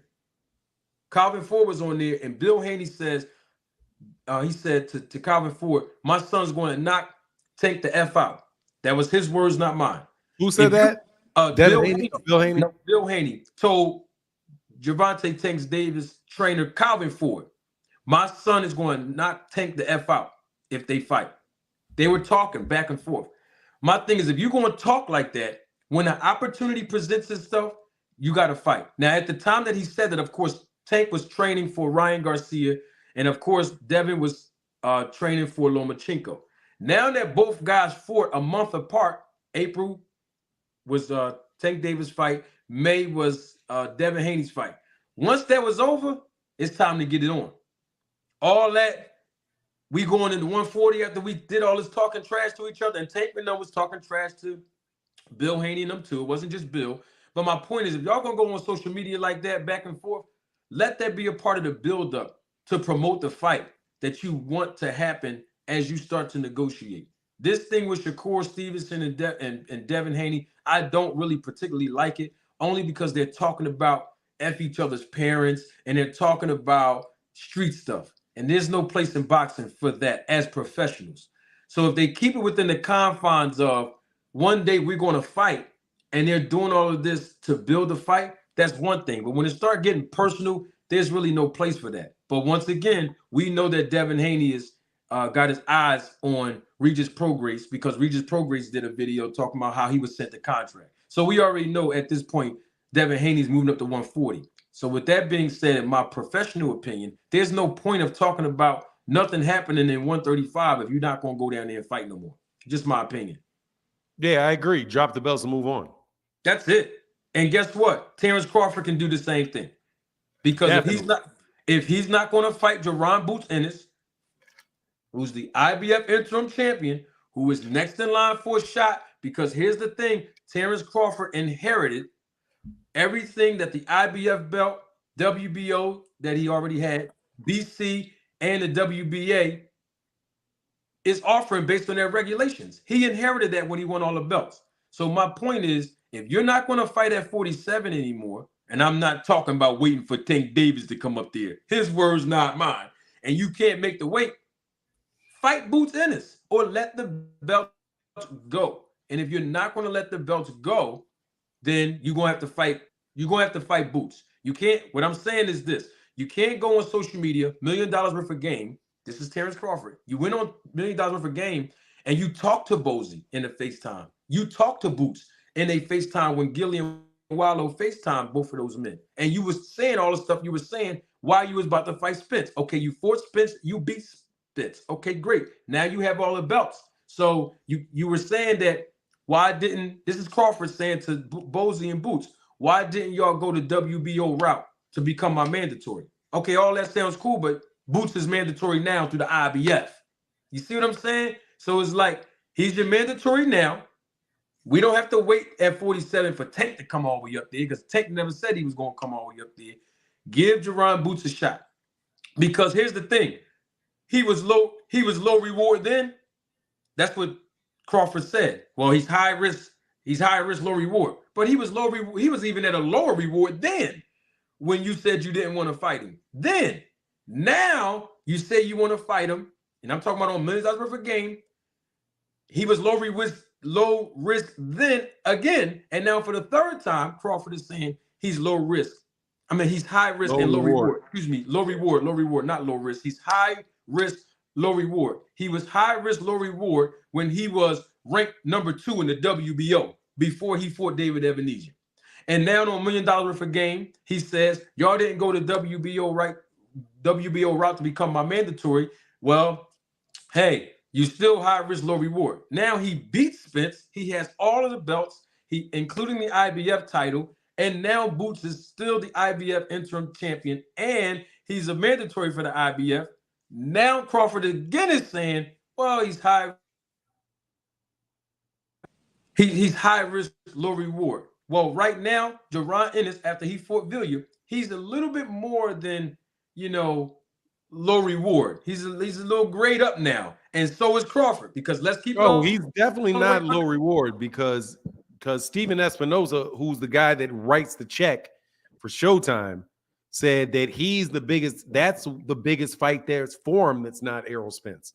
So other than Jamel, so that whole low reward stuff left the window when Steven Espinoza said that, because he has the check. Absolutely.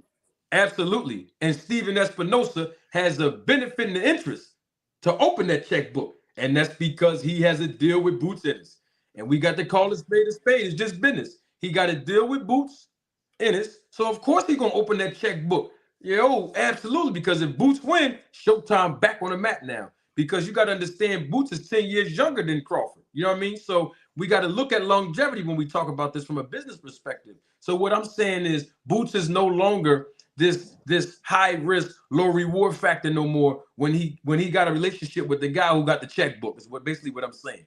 So if you're going to stay at 147 as a Terrence Crawford, you got to defend your titles against Boots. If you're going to move up 2-3 weight classes, to fight Canelo or the winner of Charlo, then drop the belt. Same thing we talking about Devin Haney. There's no favoritism. We just calling a spade for now. That's just logical to me. Yeah, it's logical to me. But hey, man, I got a significantly less interesting conversation about to happen right behind you. But brother Manager Marty, I put the link in the chat already. Y'all make sure y'all go subscribe and follow Manager Marty. The most controversial and hottest manager on YouTube. Yeah, dog. And seriously, man, that's why I stay in my lane. And I wish cats would please note, I stay in my lane. Yes, sir. And that's what I think people should do. They should stay in their lane If you are a manager, like if you are not a manager and a manager comes on, then you listen to what the manager has to say because he has context within the sport of boxing and business acumen, specifically addressing the sport of boxing, like Rachel Donaire.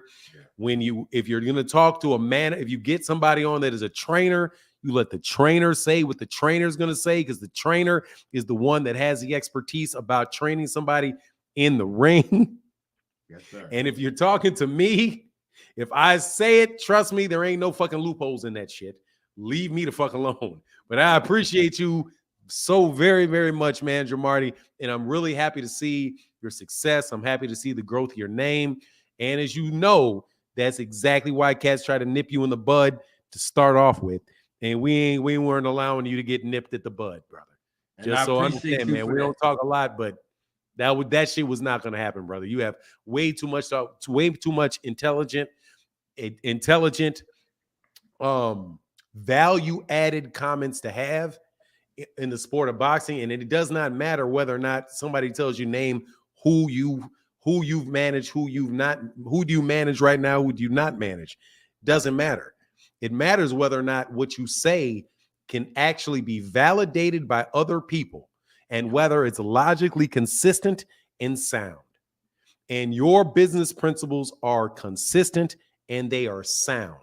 You are not speculating about whether or not somebody can matchmake, and they can matchmake without being a licensed matchmaker.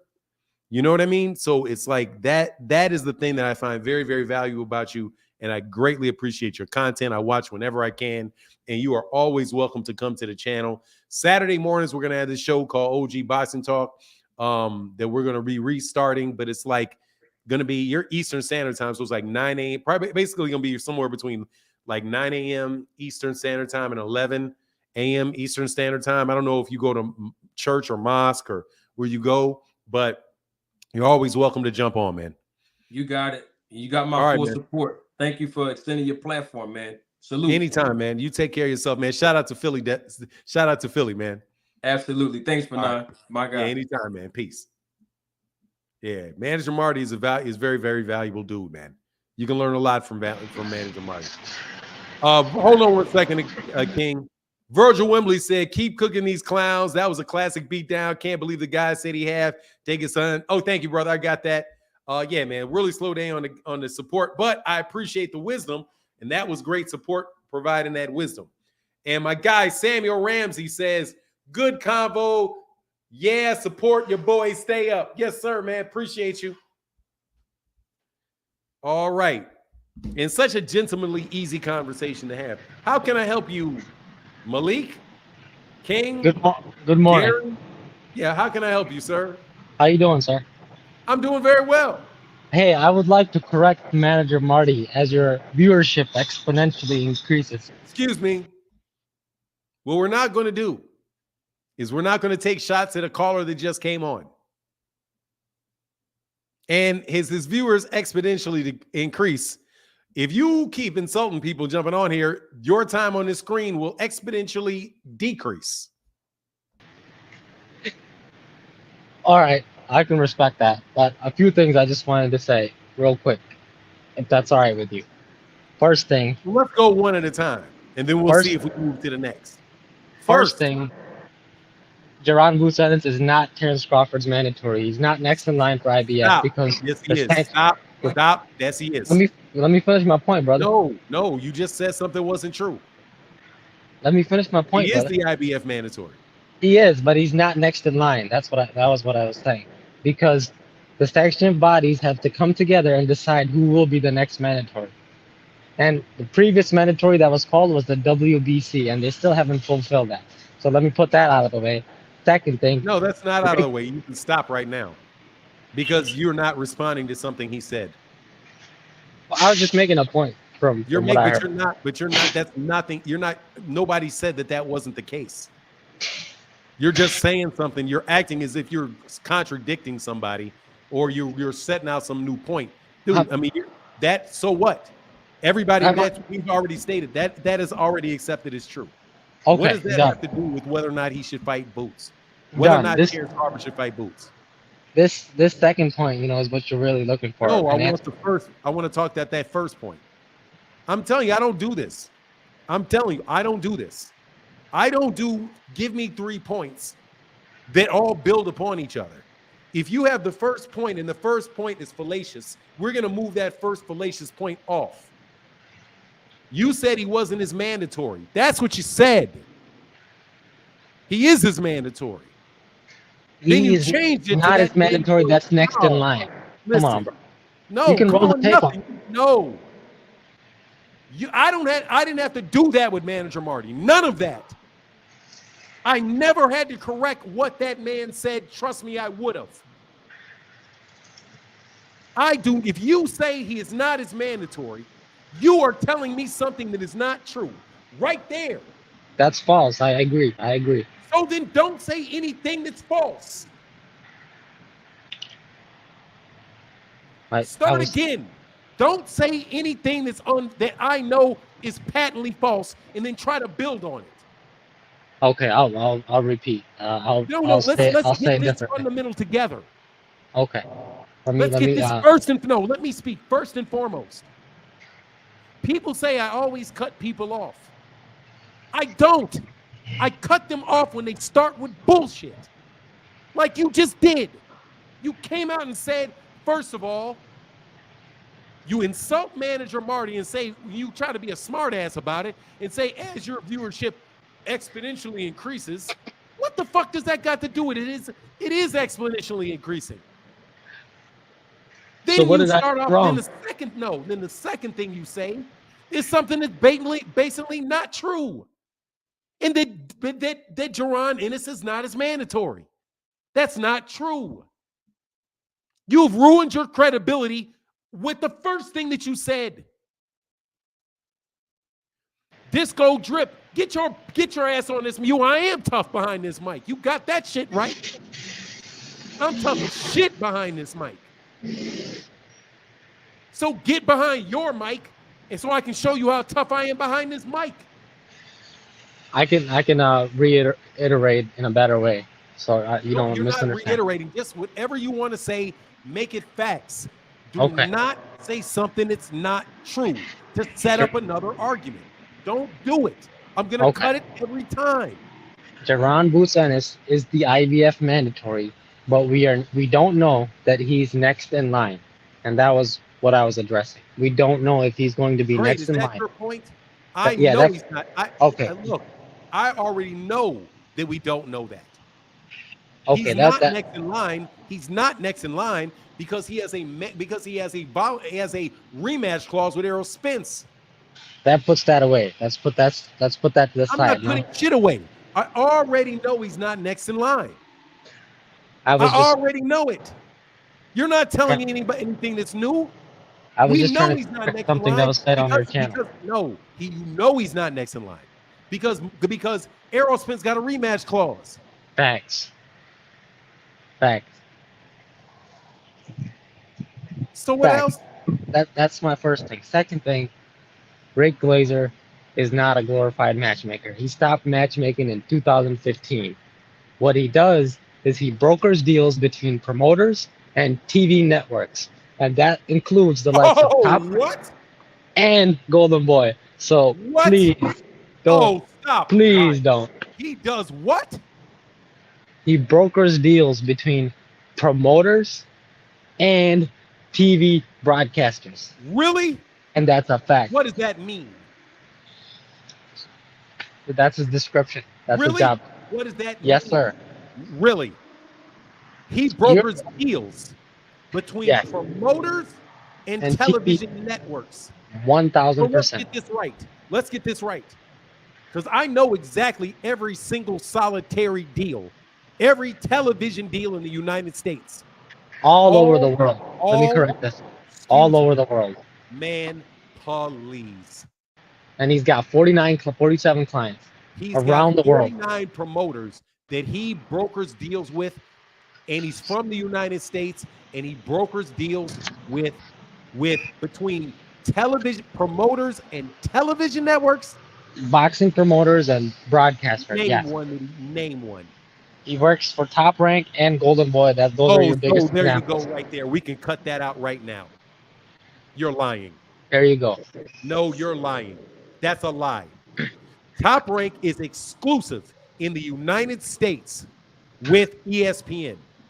He did not negotiate that deal and does not negotiate that deal ongoing. I know what In Top the Rank UK, is. excuse me, I know everywhere that the ESPN is on. What ESPN? You're telling me Rick Glazer, who by the way Bob Arum said he doesn't have a business relationship with. That's what Bob Arum said. You're out here lying. You can look at Bob Arum said he didn't have a business relationship with him, but Rick Glazer is negotiating deals for Bob Arum. I didn't When say Bob for Arum Bob. is exclusive, when Bob Arum is exclusive to ESPN, and His he's job is negotiating. No, you are a liar. And he's negotiating deals with Golden Boy when Golden Boy is exclusive to the Zone. We know They're what these things are exclusive. exclusive to. We know that. They're exclusive. That's not the point. No, that is the point. They're exclusive. He helps these clientels broker deals. Man, look, dude, you got any more Why do I time need to make this up? lying to me? Why would I make this up? Because you make a lot of shit up. This is out of the horse's mouth himself. The man himself. He negotiates deals between Brokers. ESPN. Now, let me get this right. He negotiates deals between ESPN and television networks. I didn't say ESPN. You I'm did just say telling you. ESPN. You said I said ESPN was his client. Yes, you did. Top Rank and Golden Boy. He works for them Rank, too. excuse me. He negotiates deals between Top Rank and television networks. You don't have to make it specific. I said his job role is he brokers the Nah, deals dog, all nah, over the dog, world, nah, dog. but he That- also works for Top nah, Rank. dog, No. What I asked you was for what is he getting paid to do? And you're telling me that he gets negotiated. First of all, in the United States of America, there's only 3 networks or 4 networks. That's why I said all over the world. All over the world, that means ESPN has the foreign rights to televise fights that are aired on ESPN. All of their fights are televised by ESPN. Brother, I don't know the specifics. No, brother, I do. Because you're telling me that Monster Inoue fights in Japan with Monster Inoue that are aired on ESPN were negotiated between Rick Glazer, Top Rank, and somebody out there in Japan? Not the promoter of not their promotional partner? Because everywhere that I know that Top Rank does business outside of the United States, they have a local promotional partner there with a license to promote in that company, in that country. You're a lawyer. You know what? Why would an Australian promoter need Rick Glazer to negotiate a contract between him and a local Australian television network? You wanted the job description. I was able to get you some answers. You gotta lie. Thank you for that. I was able to get you some answers. You just blatantly pass along anything, huh? You're telling me you can look at his lifestyle. He drives a 2023 BMW. He's wearing Gucci and he's got houses all over the. Because there's a reason for that. You know where you can buy Gucci off of? Let me tell you what you can get Gucci from. His wife's got Gucci purses. You can get Gucci from.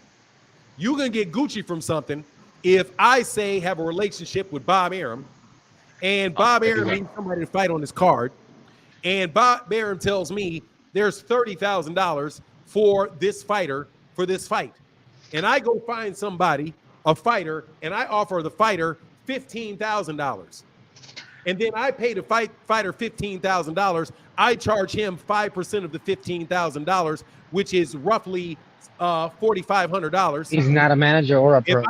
That's not a manager's job. Or a matchmaker. Excuse me. That's not a manager job.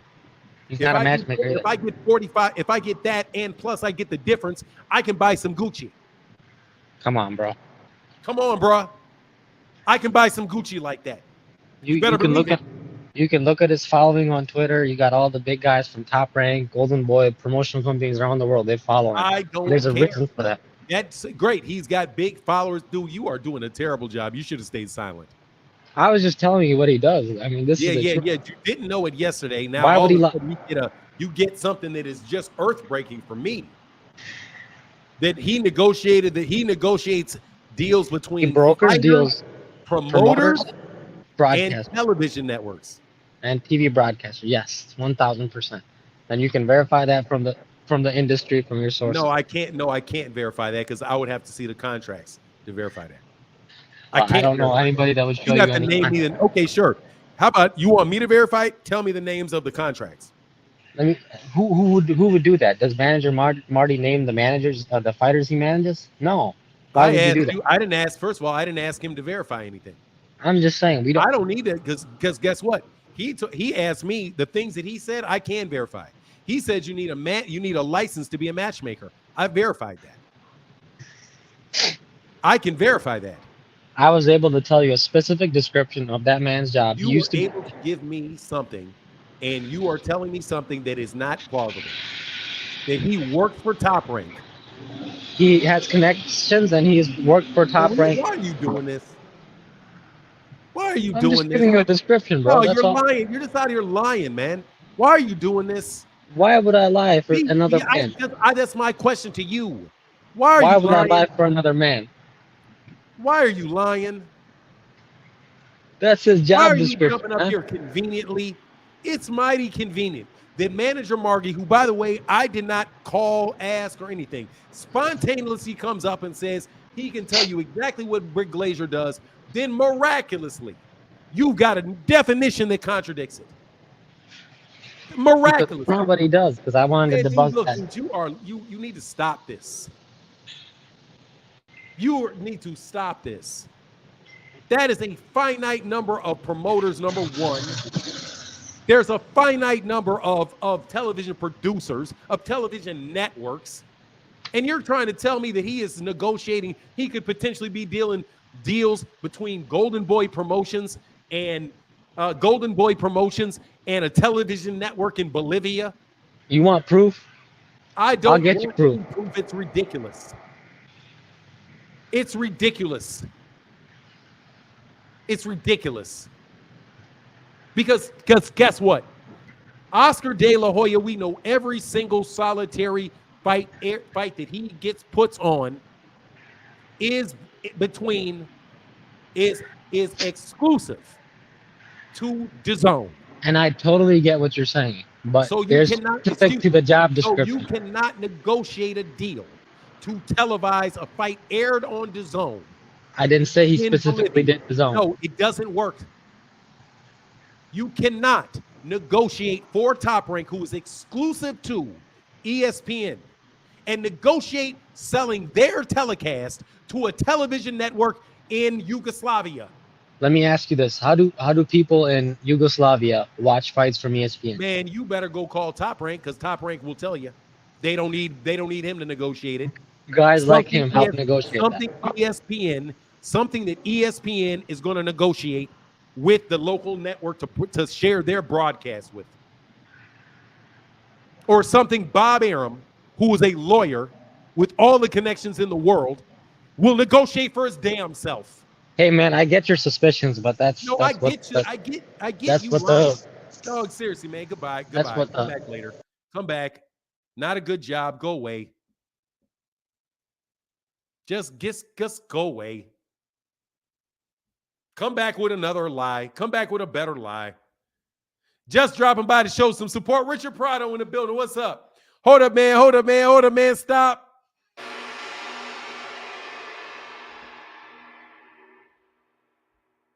God dog. Yeah, you guys wasting a lot of my time today, bro.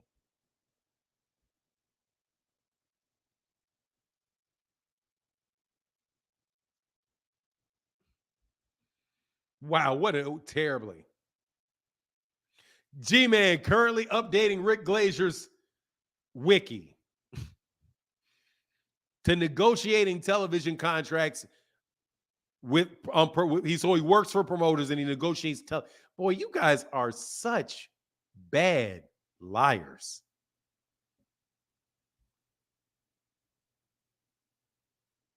You don't get to say you never said something, then try to explain when you said it. You claimed you never said it. Just ridiculous, bro. Let me tell you what makes a lot more sense. What manager Marty said. He brokers deals between promoters and fighters that do not have managers. Specifically, fighters that do not have good management. It's called doing negotiating a deal for somebody as a one-off. Lowballing them and charging them to lowball them. You can make some good money like that. If you can do 10 of those a year at $15 a pop, $15K a pop, you get $150,000 right there.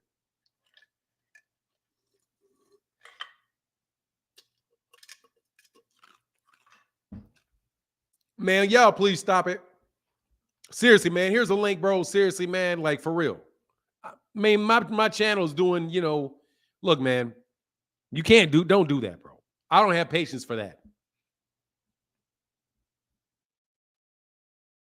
Nah, and by the way, to the dude that's out here threatening me, talking about Fanon is really tough behind that mic. Again, I am tough behind this mic. Yeah, I am. T. Orlando Pearson is probably really tough behind a mic. As in, you're not going to pull no shit over on me talking to me. Especially when I don't trust you. You jump up in here just telling stories, bro. Just low-level dumbass stories. Low-level. He said, nope, I'm lame as hell. Nah, I tell you, nah, look, bro. Devin don't owe nobody nothing, and don't nobody owe Devin anything either. There you go. Wouldn't clap at a rock concert. Nah, dog. Look, bro, I ain't trying to fight nobody. What? This is not a boxing match, man. This is tough. I'm tough to beat when you lying to me. It's tough to lie to me. It is. Very tough to sit up here and tell bold-faced lies.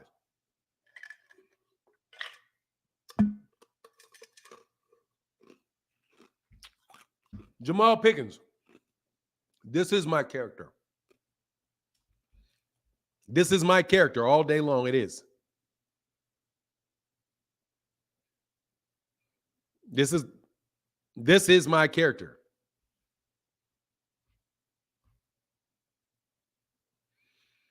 Terrence Twitter Fingers Crawford. Look, man. I'm just going to reiterate, bro. Look, I told you so. And see, here's the thing. Manager Marty don't have to listen to me to understand that those things, that is a logical business decision.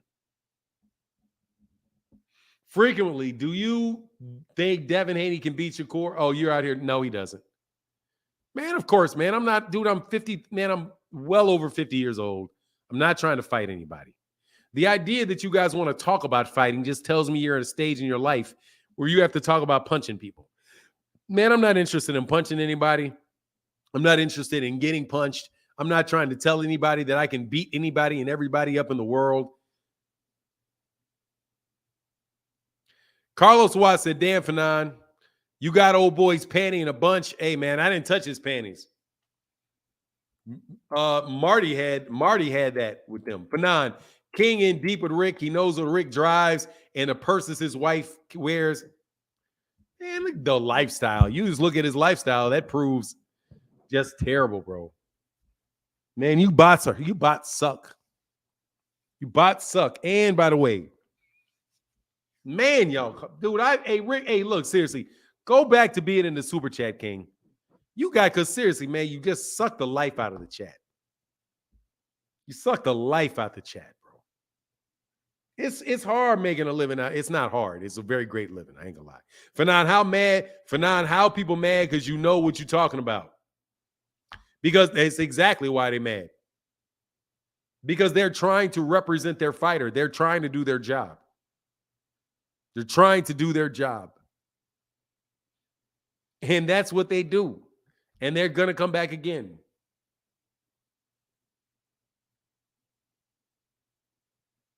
Nah, Drip, brother, you talking about, I think I'm real tough behind the mic, bro. That's a threat. I don't know where you're coming from, but somebody said, man, you sure think you tough. What do you think somebody's going to do if you walk up there and tell them that? Man, don't play dumb, bro. Don't play dumb. Okay? Don't play dumb. This is not me acting tough. I never physically tough. I never said I would beat somebody up. I never talked about anything physical whatsoever. I raise my voice. I will raise my voice. Yes, I will. I don't raise my voice when people say things that are not ridiculously insulting my opinion. And I've talked to that dude 1,000 times. And you too. So goodbye, bro.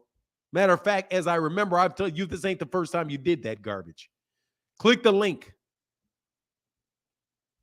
If you want to talk to me, talk to me. When you can correct them in patience, no, I'm not going to correct them with patience. You correct them with patience. If that's what you mean, tell me that I'm not patient, because I'm not patient. Got me, I'm not patient. I don't want to sit around and listen to you put a bunch of BS out there in the air, in my ear.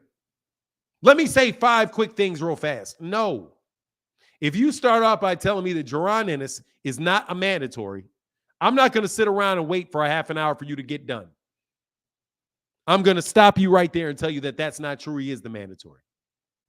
And then if you think you're going to debunk somebody by arguing with something that they never said, then I'm going to stop you right there and say he never said that. I don't remember my manager Marty saying that Jaron Ennis was the mandatory next in line, that the WBA mandatory was next in line.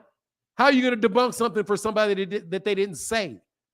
That's a straw man argument.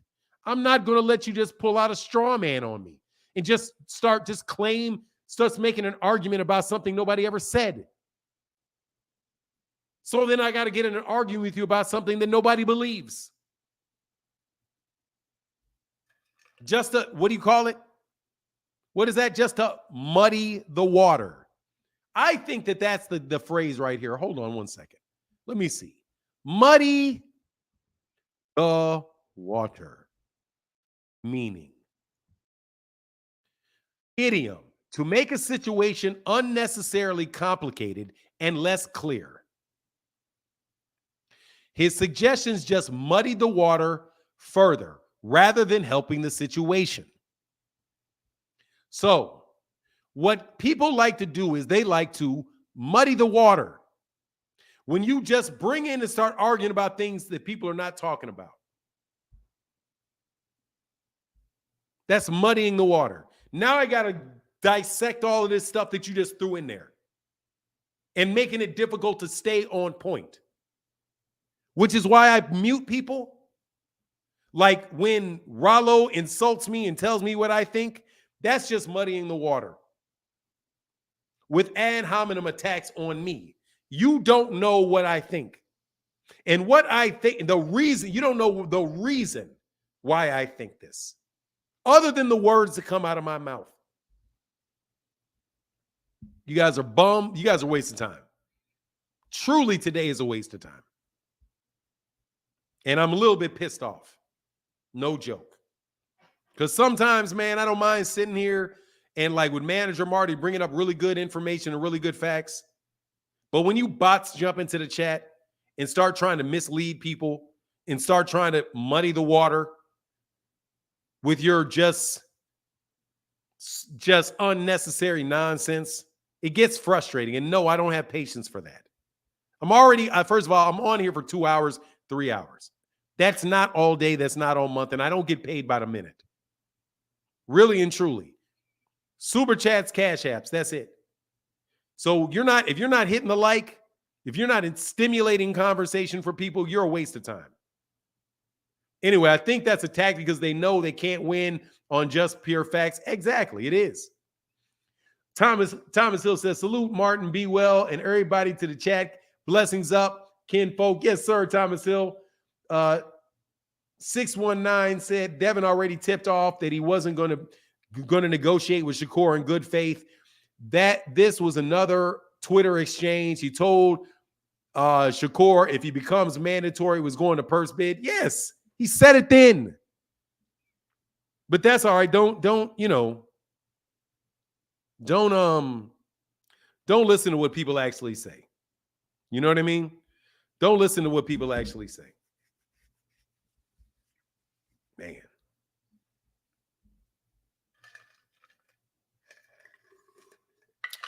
Anyway, here's a link to anybody who really. Dog, I do not have patience for that. Especially not with him. Hey, he would literally on purpose take up 50 minutes of the conversation spewing Rick Glazer's stuff. I'm just going to call you a liar right out, and I'm kicking you out. Facts. Then before it went to Purse bid, he ducked out. Yeah, he doesn't want the fight. Devin Haney just doesn't want the fight, okay? He doesn't want the fight. We know that he doesn't want the fight. All of the conversations around a negotiation, none of that, even none of that stuff, he just doesn't want the fight for whatever reason. He said, Rye said, the comedy never ends with some of these people. I'm going to sleep. Good night, y'all. No diplomatic immunity for now. What do you mean? Not today, bro. What's going on, man? What's going on so deep? Man, I'm chilling, Nev. I'm good, brother. How you feeling, man? You know, just doing the same thing, man. Doing the same thing. Took on a topic that I knew was going to be, you know, not necessarily a fun conversation. But we were having a really good conversation. So somebody just jumps up and starts telling stories. And unbelievable stories to me. He negotiates deals between promoters and networks. 49 customers, too. By the way, he said he has 49 clients. That means he has to have 49 promoters that he's cutting TV deals for. 49. Let me repeat. 49 television deals. Malik, he has 49 clients that he is negotiating television deals for. And spends most of his time taking shots at the PBC on Twitter. Ray Carter, if you say move on, just give me something else to talk about, because trust me, I would love something else.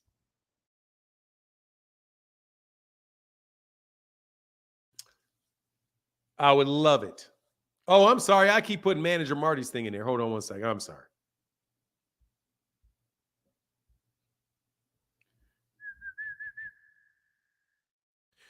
Rollo is a what you call it, a barbershop debater. Rollo's a barbershop debater. That's only going to work in a barbershop. That's the only place that's going to work. Oh, yeah, it's right. Oh, I did it, and I just put it in there, upper echelon. There you go. Bro, I just tried to send a donation. My YouTube crashed. It took my money, so I hope it went through. I don't think it did, bro. That's why you should. Oh, no, Ricardo. Hey, said just dropping by. No, it didn't. Thank you, brother. Thank you, Ricardo. Thank you, brother. Appreciate you, man. Nah, it didn't, man. It didn't. It might not have gone through, though. Let's talk about what actually a real Charlo versus Canelo. What is there to talk about? I think Charlo can win that fight. Yeah, no, Rollo, I like Rollo. Rollo just need to come on with all of that. Rollo just got a bias against me. That's it. And I be whooping his ass in these arguments, and he don't like that. Trust me, my dad didn't like it either. My brother don't like it either.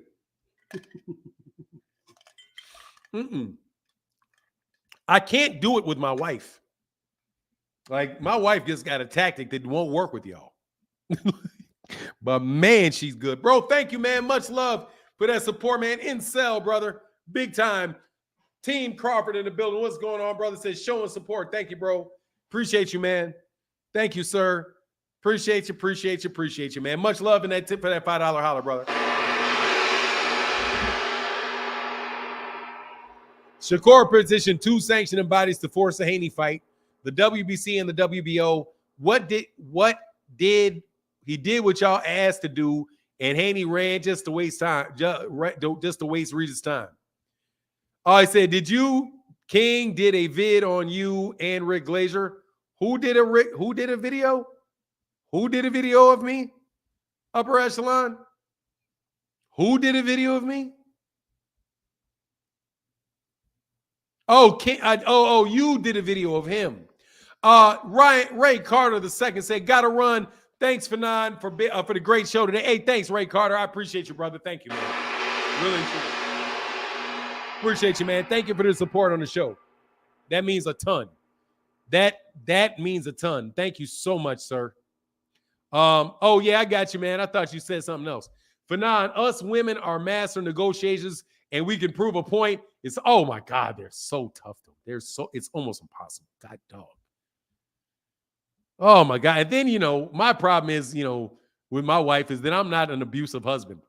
And I like to support my wife and like help my wife become like my wife helps me be a better person in a lot of ways, man. So I try to help her be a better person in a lot of ways. So like with certain things where she didn't used to like to do them, I'll encourage her to do them, right? And be like, try to do this, just certain things that I wouldn't assume to being a man, but just more like some certain things. One of the things was to be more assertive in representing yourself, right? And not just be like, okay, I'll just do it, right? But with me, she don't have a problem with telling me no, right? None. Other people she would. So, but it jobs and stuff, getting overcommitted, those type of things. So over time, she would just I would pick up things from her that make me a more productive person. She's picked up things from me that made her a more productive person. But in exchange for it, it's cost me my ability to manipulate her at all. Like whatever little bit of ability I had to manipulate her went out the window. I never really wanted to, but it just left the window. Brock Howard, thank you for the color in the chat, bro. Thank you. Said Terry Schmoo, Thomas Hill, freaking flyer, Upper, and Rick Timms. Yes, sir. Now that is where these guys costs really do hurt the channel. Because dog, they really try to keep new subscribers, and oh my God. Oh Lord, upper echelon, yes, sir. Shalom for none, shalom. Hey, hold on a second. Hold on, man. Hey, man, do what you got to do. I got to step off for a second. Go. That looked real crazy, bro. If anybody in the chat don't know, this is King. This is G-Man. This is the guy that be running around not showing his ID. This is him. Salute, King. But yeah, peace and blessings to everybody out in the chat. Man, it's real funny how this all situation comes out with Shakur dropping that on Bill Haney and everything. I've been trying to tell people that the Haneys be moving in facades, man. They have smoke and mirrors. Like they say they want to fight, and the fight presents itself, then they don't want it. And see, Devin Haney lost his confidence in that Lomachenko fight. See, he thought he was a lot better than what he was because of what he did to Cambozo. And we just seen Maxie Hughes destroy Cambozo. So that shows you what type of fighter Devin is, really. I mean, like I said, if you ain't got enough pop, there's a lot of people that you're not going to be able to stop. Like Floyd say, sometimes you got to sit there and fight somebody. And see, Devin, he's running around here acting like he was the boogeyman, like he was Earl Spence or somebody. But, to be the boogeyman, you got to at least have something that people fear. And now that we got the fight right there, Tank versus Devin, he ain't said a word about it, but he been clamoring for it all this time. And like Lomachenko said, Devin realized he's not that good. And Bill Haney's done admitted now that Shakur always gets the best of Devin. He said if they get off on Shakur just a little bit, that's great. Because that man, you can't never hit him. You can't get off on him. So why sit there and play this publicity game and this stunt in front of all these fans, pushing all these narratives, and then the Devin Hanites, that's what I call them, the Devin Hanites, they take it and run with it. Like, this is a cult. Y'all act like a cult following, like y'all Jim Jones drinking the damn Kool-Aid. Like, y'all don't understand what's going on, and it's like sheep. Like, y'all can't really see what's going on. You're blind to the masses. And I used to wonder, how can these cult leaders get people to drink the poison punch? And Bill Haney and them been giving y'all the poison punch with some of these content creators pushing the narrative, and y'all steady suck it up and turn around and regurgitate it to other people. And it just makes you look foolish. Like, I just want the boxing, I just want the common boxing fan to sit back and really analyze and think. Use your brain cells. That's what we have them for, think. And y'all sit there saying certain people ain't fighting certain people. Shakur fights Frank Martin, he's going to have the better resume out of everybody. But Devin, He said he want to fight Shakur. Shakur, I think the WBC just mandated Devin to fight Shakur if he wants to. He doesn't want to fight Regis Prograis because he's playing the game that he played with Gary Russell. They're looking around for the weakest link. They can't stay at 135 because Tank there and Shakur there. 140 got Sabril Matias. It has Regis Prograis and it got Teofimo. His best shot is Teofimo. But, you know, they pushing around. They want Arnold Barbosa. Somebody that don't hit that hard. But I feel like Tank's best shot is Teofimo as well if you want to do another million by pay-per-view. But that's it for that division right there. And Daniel Dubois, hey, man, good job. Good luck. I mean, you got robbed, but hey, you should have hung in there. Going back to the body. And it's funny how the people ain't mentioning that. How Rick Glazier and them ain't mentioning how Usyk got hit with that body blow and was writhing around on the ground. The best actor of the year award goes to Alexander Usyk. But Fanon got his coffee. Me and King want to say salute to all of y'all. Peace and blessings. And me and King are out. Hey, all right, man. Thank you, man. Hey, thank you, Upper Echelon, man. I needed that, bro. I needed that little sip of coffee, man.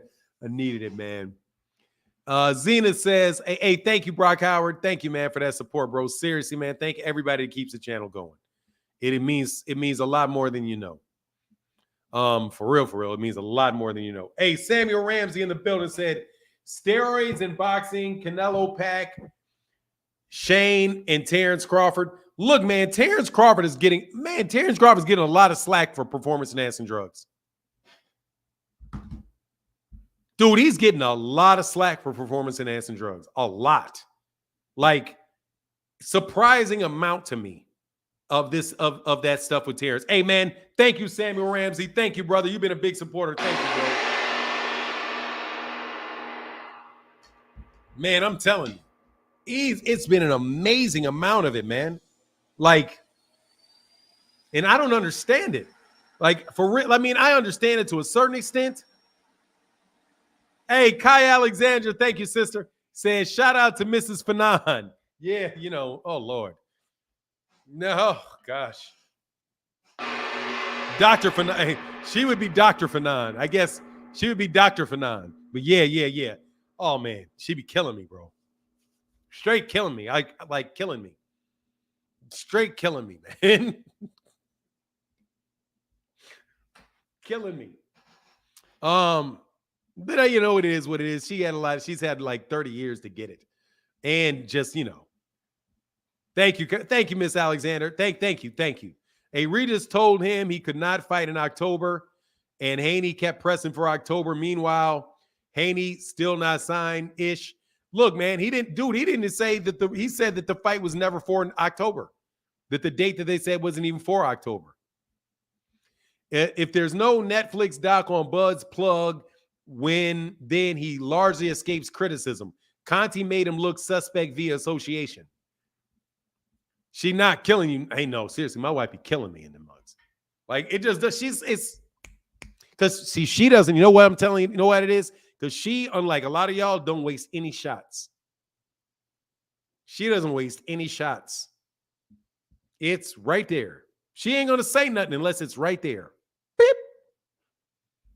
And every time it's there, beep. And she's very, very smart, too. Hey, said, be careful for non-wife. You might activate that mandatory. Dude, Frequent Flyer, you better get up here, bro. Frequent Flyer, man. Come on. This video's for you, dog. This video's for you, bro. Can somebody find Quincy Carter for me? Can somebody find Quincy Carter? I want to apologize to Quincy Carter, dog. And I may go get Starborn 007 too. The Starborn 007 didn't even say anything about Terrence Crawford, bro. He didn't even say nothing about it. Dr. Fanana super. Oh, she has sniper. It's like bip.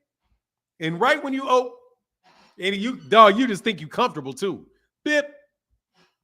But you know, you said this. And she don't even do that. Very good.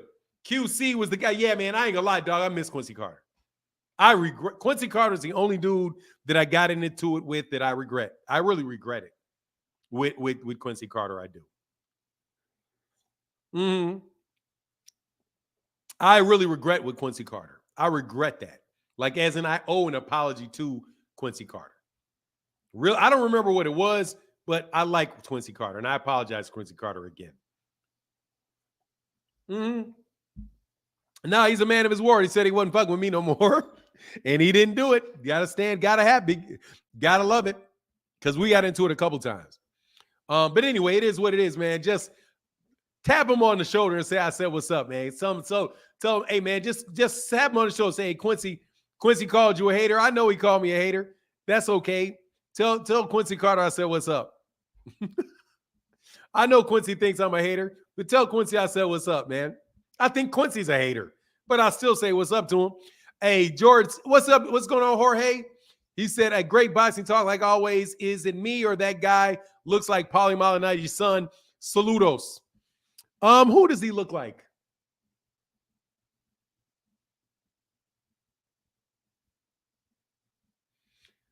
I mean, he looks like Paulie's son, like Paulie's daughter that's transitioning.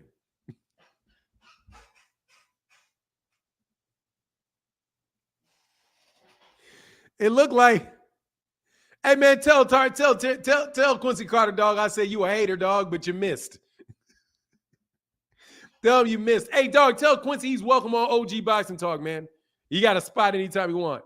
He said you wrong for now. And I'm just telling you, King looked like Paulie Malignaggi's daughter that's transitioning.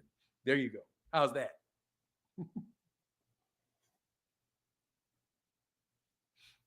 I'll tell us, hey, NASS, you said, what's up? And it's your own apology. Yeah, I mean, dude, I think it was riding with Terrence Crawford. So, number one, I didn't get to give him a crow. Would you blindly try Bud's dice? What do you mean? I wouldn't. What do you mean? What do you mean? What do you mean? What do you mean? Then he said King McNames, Chaz Bono. Dog, with the way his hair was coming down and all of that, dog, seriously, man. You tripping with that dude. You're tripping with that dude. And you might as well show your face now, man. God, dog. You might as well show your face, bro. And let me tell you something else. You might actually be able to get some women if you played your cards right, dog. If you played your card right, I can consult you. You need to come on into the pro-black side. You need to go ahead and come get this tribal mentality. You act right, you may be able to get some of that tribal mentality.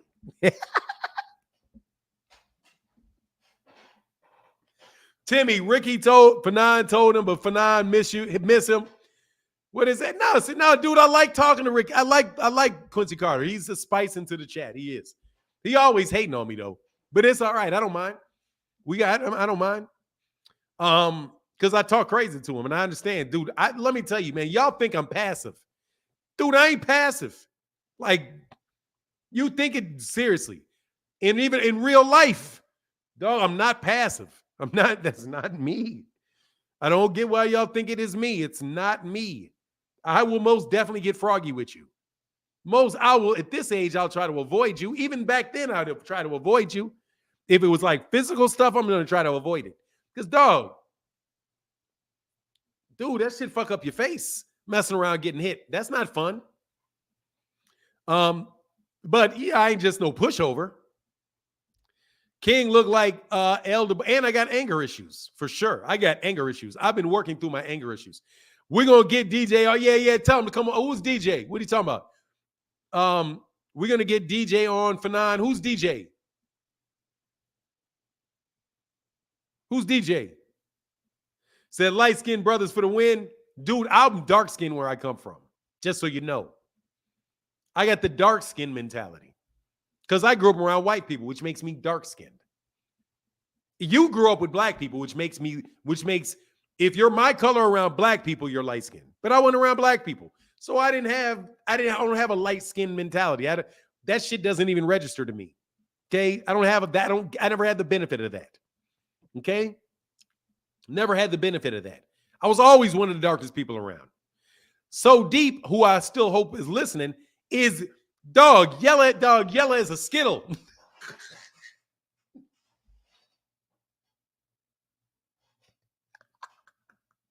hey, dude.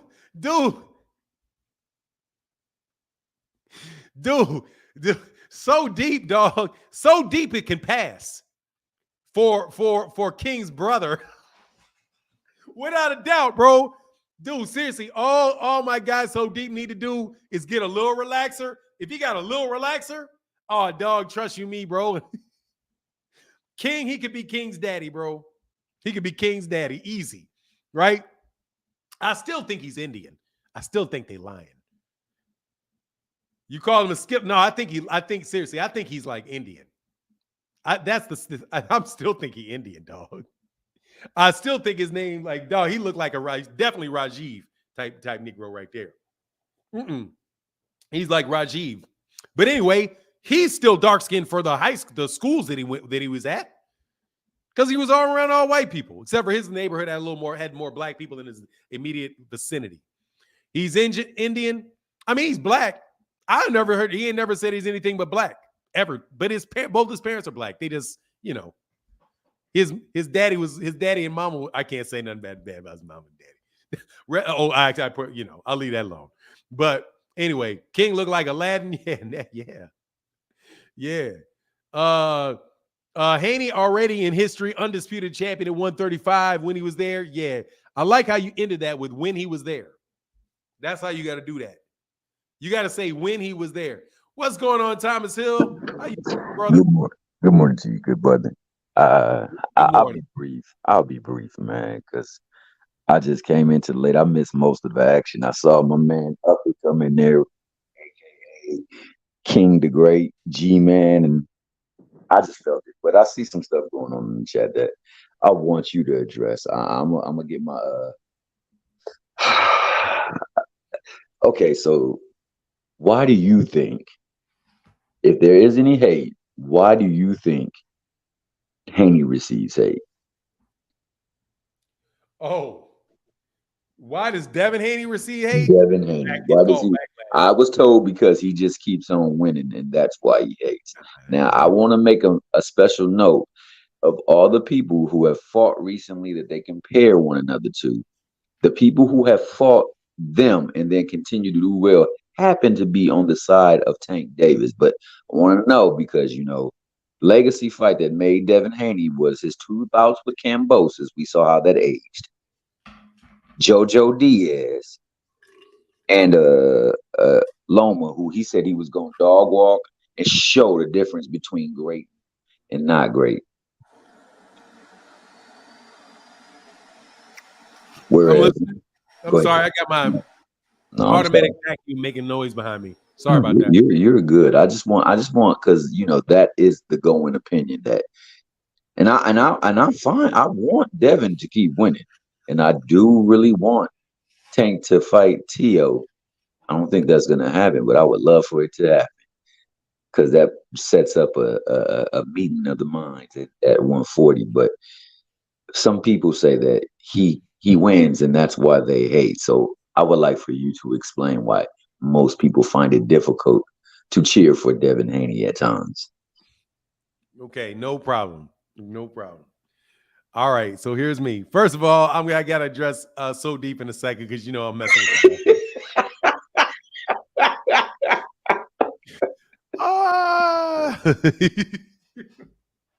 I'm just messing with my guy, man. But it's funny.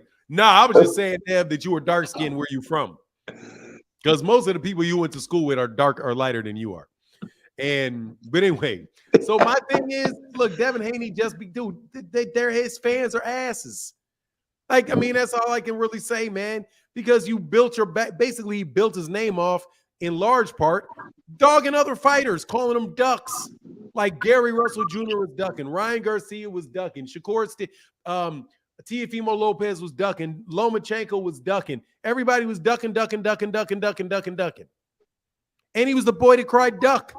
And after a little bit of time, people started looking at it, being like, hold on, man. You keep saying things and that what you saying don't quite go there. But then once he gets to undisputed, he goes from the guy that wants, now you can explain why this is the case, but it's still the case. He went from being the guy that wanted smoke with everybody to now you got to make concessions with him, and he's got other better things to do. And you can say it's the hypocrisy of it. To me, because you know full well that Lomachenko didn't have no better reason to fight Devin Haney when Devin Haney was not a champion at all than Devin Haney has to for fighting Shakur. He ain't got no better reason.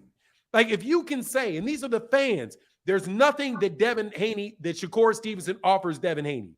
Why weren't they willing to take that excuse for Lomachenko when he had nothing to offer to Lomachenko? It's literally the same situation, man. So what you wind up with consistently is you get consistently hypocrisy. You say it's one standard for Devin and another standard for somebody else. And when it goes wrong, you change the standard. Like all of this back and forth stuff that was going on. Let's take this, for example. All of that calling names out and wanting to fight in the street and slapping people's mamas, talking about slapping people and what I'm going to do to you and all of that stuff, and putting out tapes of people, old tapes of people, was never a problem when it was Devin Haney doing it.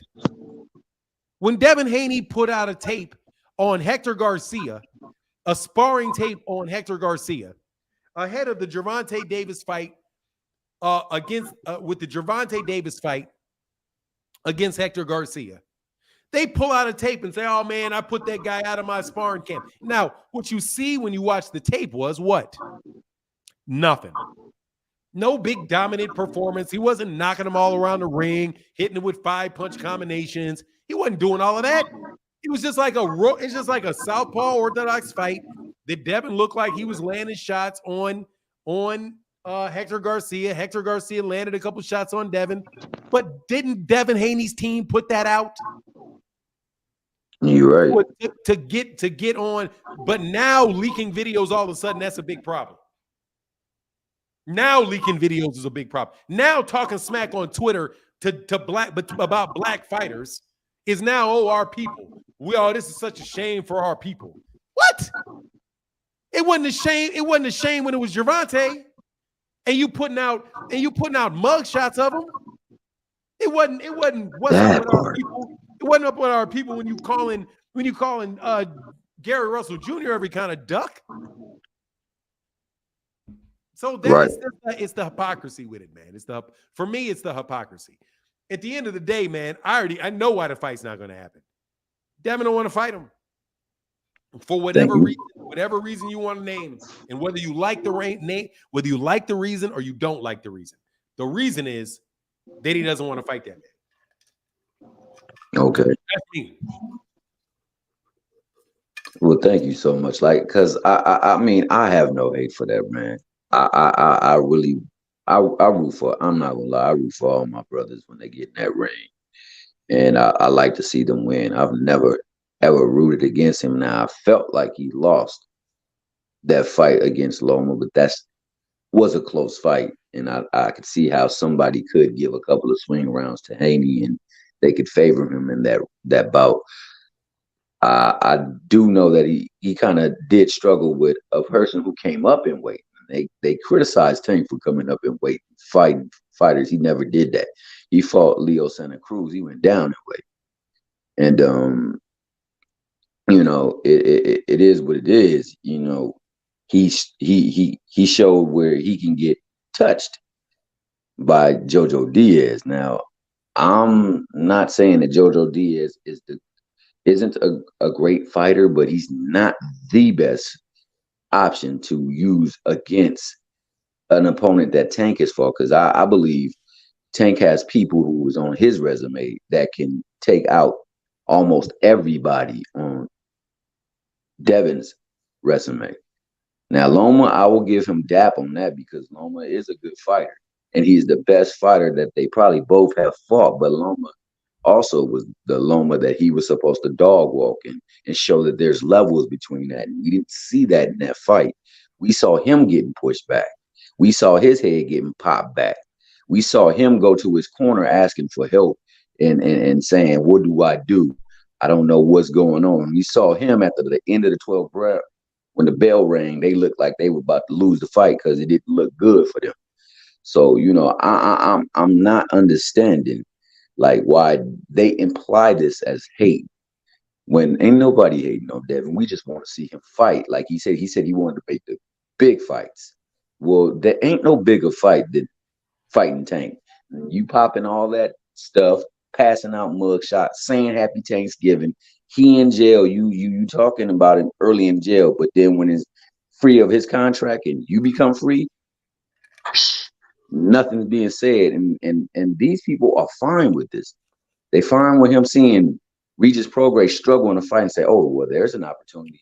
Or was it before that Barbosa? Was it going to be Pedro Barbosa that they were going to go after?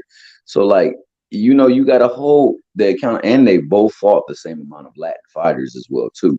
So, like, I just want to understand, where do they come with this stuff where people feel that is hate? Now, I know a lot of people don't like the way his dad promotes him, and they have a problem with that and saying certain things that they don't hold him, but that's about it. But as far as him in the ring, and most people I know, they root for him. So I just wanted your opinion. I'm sorry about that. No, man, I appreciate you talking, man. I appreciate it, man. Look, I mean, you know what it is, Thomas Hill. You know what it is. It's just, look, man, Devin Haney's a very, very good fighter, and he's a nice guy, and you're rooting for him, and you're fans of his, and you're going to ride with your guy. I got no problem with that. That's a good thing. The hate, when most times anybody's calling somebody a hater, it's because they really don't have anything to say about the actual facts and their opinion and whether or not their opinion is valid or not. I don't call Terrence Crawford fans an arrow hater. Very rarely. Like, if you think Terrence Crawford was going to beat Errol Spence Jr., I was never going to call you a hater for that. Because that's what you think. You know what I mean? That's what you think, and that's not unreasonable to think that. He's a very, very good fighter. Now, if you call him a drunk and say that Derrick James sucks as a trainer and the PBC's protecting him, and then the next PBC fighter that comes up, you got a problem with them too, I'm going to suspect that, you know, you don't like these people. Because you will be showing hate when you start talking about how somebody is a drunk and how they are on steroids and they're, you know, all of this, and there are cowards. All of that, you're going over the top with it. So, I mean, that's for me, that's when I'll bring that up. Or when I tell you the truth, and then you got a problem with the fact that everything that I said is true, but you keep trying to read my mind and you know, the problem is you just won't say every single solitary thing. If I say I saw somebody cross the street and he crossed the street slowly, that's true. But you won't say why he has a sprained ankle. Well, am I supposed to then say, yeah, he had a sprained ankle, but you won't say why he had a sprained ankle? Well, he jumped over the tree. Well, he jumped and he fell off of tried to jump a fence and he twisted his ankle. Well, yeah, but you don't tell me why he jumped the fence to begin with. Well, his mother was mad at him when he was going to whoop him. Yeah, but you're not going to tell me exactly why his mama was going to whoop him. That led him to jumping over that fence, which led him to twisting his ankle, which led him to crossing the street slowly. You know what I mean? Like, yeah, all this garbage y'all do just to hate on me. So look, man, Rollo, you're biased against me. I'm still going to that. You guys have a set bias against me. You read the comment, you read my titles in ways that they are not intended to be read. You look at the photos and you don't like the fact, oh my God, he's trying to get my attention with a thumbnail. It's an attention getter. That's what I'm supposed to do. Yeah, but you're doing it like that just because you don't like this guy. Dude, I've done videos about Devin Haney and spoke highly of Devin Haney and still got called a hater. I've done videos about Terrence Crawford where I didn't do anything but applaud him the entire video. And I was still called a hater because you guys don't even listen to the videos. Shakur Stevenson, that's terrible, bro. Is there only 198 likes? No, there's 317 likes. 317 likes. Thank y'all for hitting the like button, man. Thank y'all. Thank y'all, man. Thank you for your support by hitting the like button. I have to mention this really fast, though. He said, ha, now I'm a Skittle. No, I wasn't calling you a Skittle. I was just saying that, you know. Hey, so since my guy So Deep can't defend himself, I have to defend himself for me. He is the only person that calls me color struck, and it's very hard for me to debate with him. He has been calling me out for being color struck my entire life. So there you go. That is something he would say about me that you guys would not, even though I disagree with him heavily. The problem was I was not color struck. All the dark-skinned chick wanted him. He was just he was just ball hogging them. That's what it was.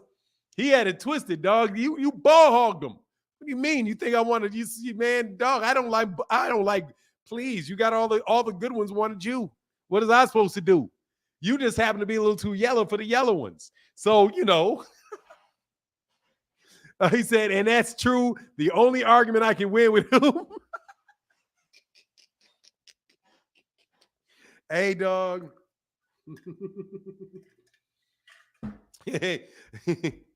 He said, Fanon, say I look like Dwayne Wade. Yeah, dog.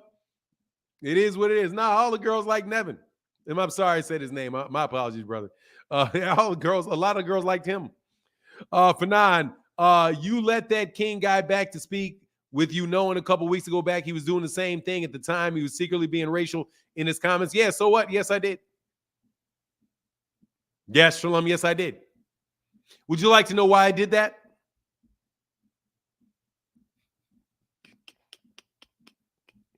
Dog, and it's so hypocritical of you, though, guy, because you know most of the girls that dated you were color struck too.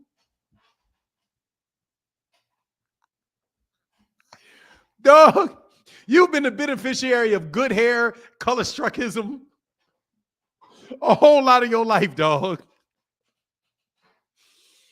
Ooh, and you know it. Very light skin was in, dog. Very light skin is still in, dog. Dog, it's still in. Yeah, it was in.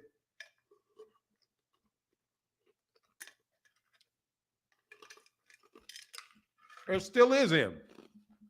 Please. Admittedly, you didn't get it like Kevin got it, though. Admittedly, you didn't get it like your little brother did. Your little brother resented that shit. Man, I can tell y'all some stories, bro. He said you need to stop. Hey, somebody else who everybody ever liked, my mama. Everybody that liked my mama was color struck too. I ain't gonna let no high yellow Negroes. You better believe I ain't let no high school, no high yellow, good haired Negroes talk crap to me, not never. Hey, OKC King in the building. What's up?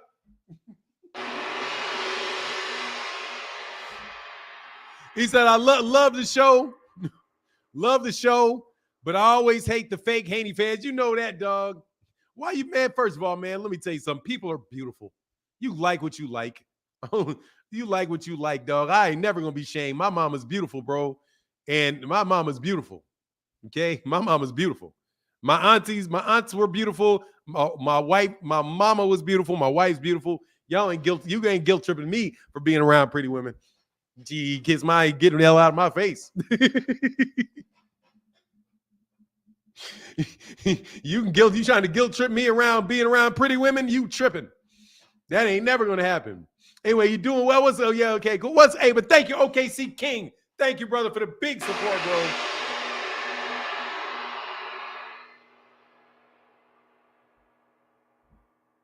Nah.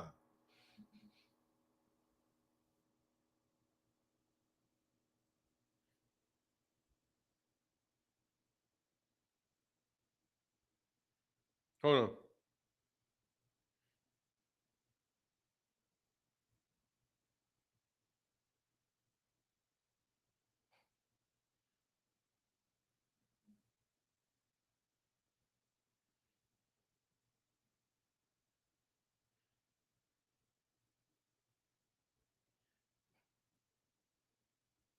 Hold on one second.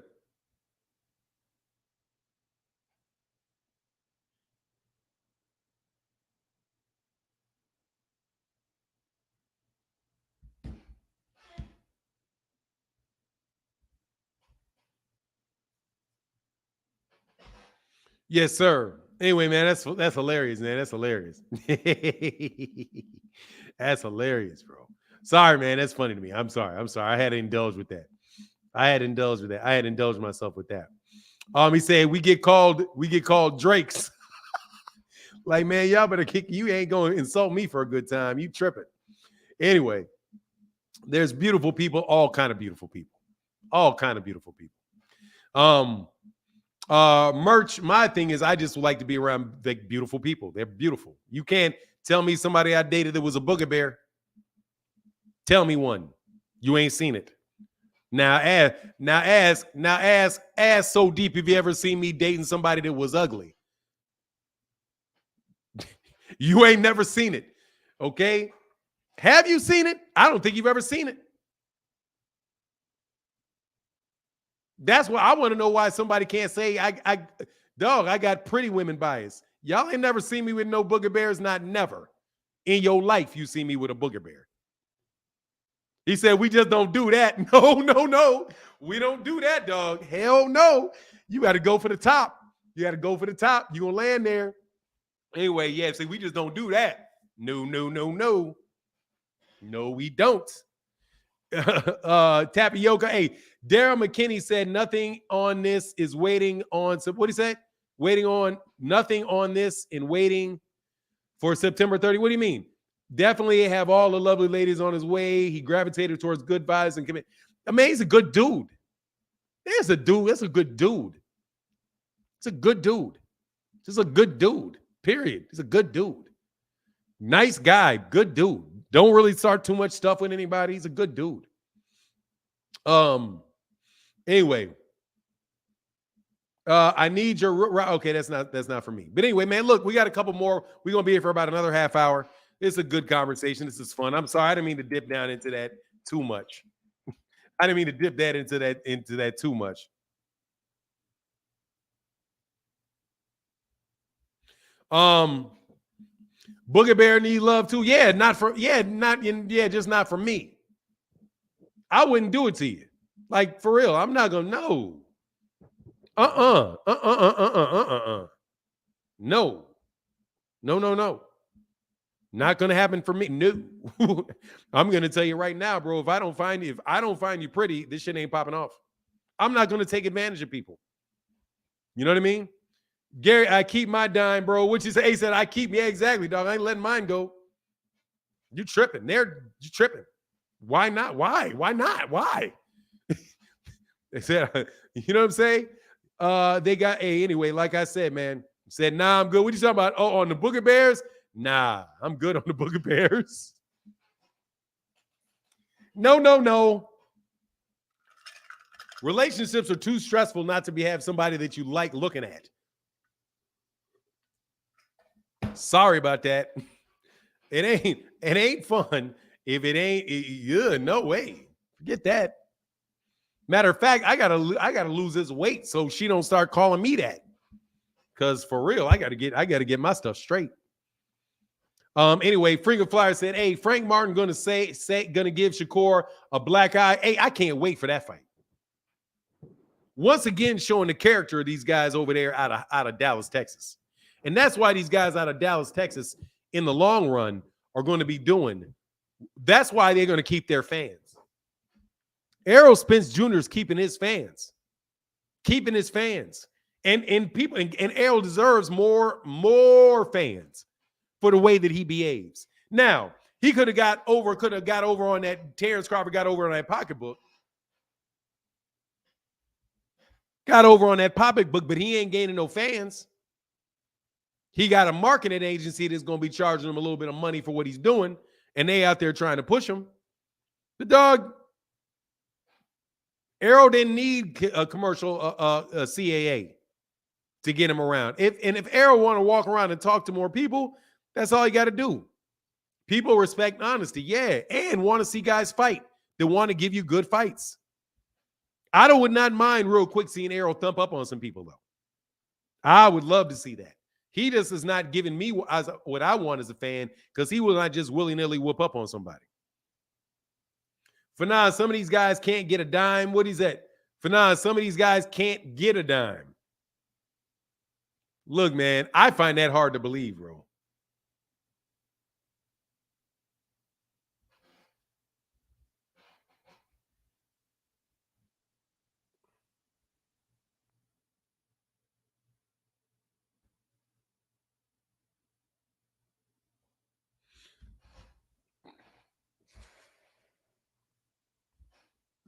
Fish shortage due to Crawford celebrations. Let me tell you, man, that's done. Good job. You celebrated. Showtime is going to, let's see how Showtime does a good job of building you up, though.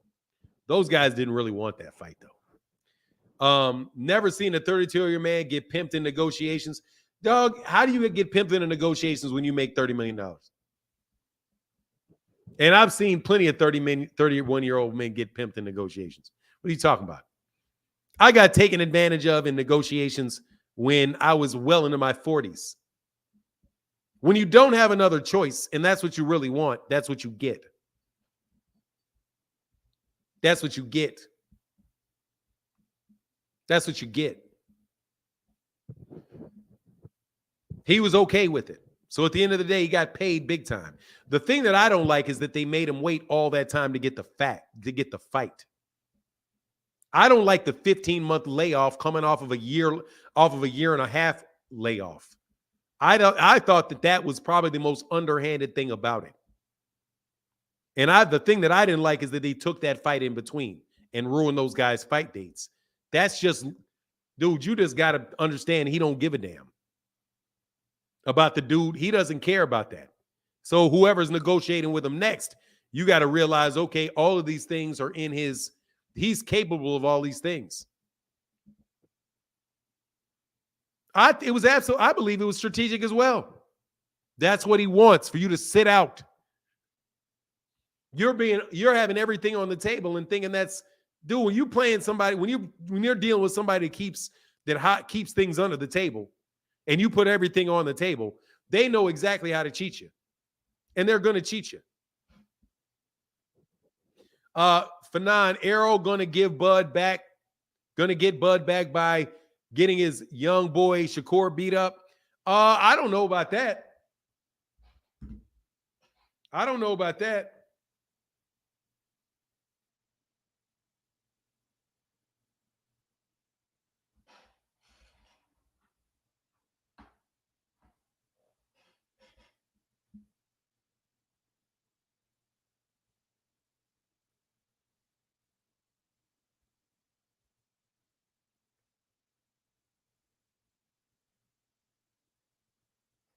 Hold on a second.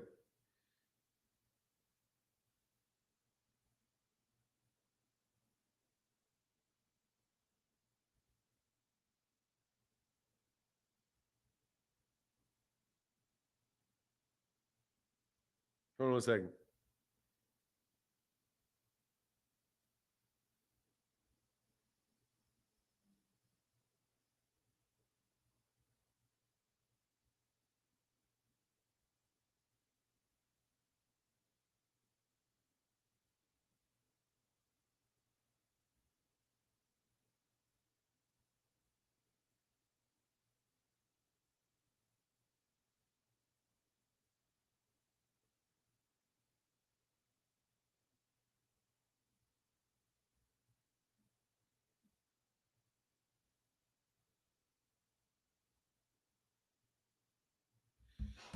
I apologize to Crawford.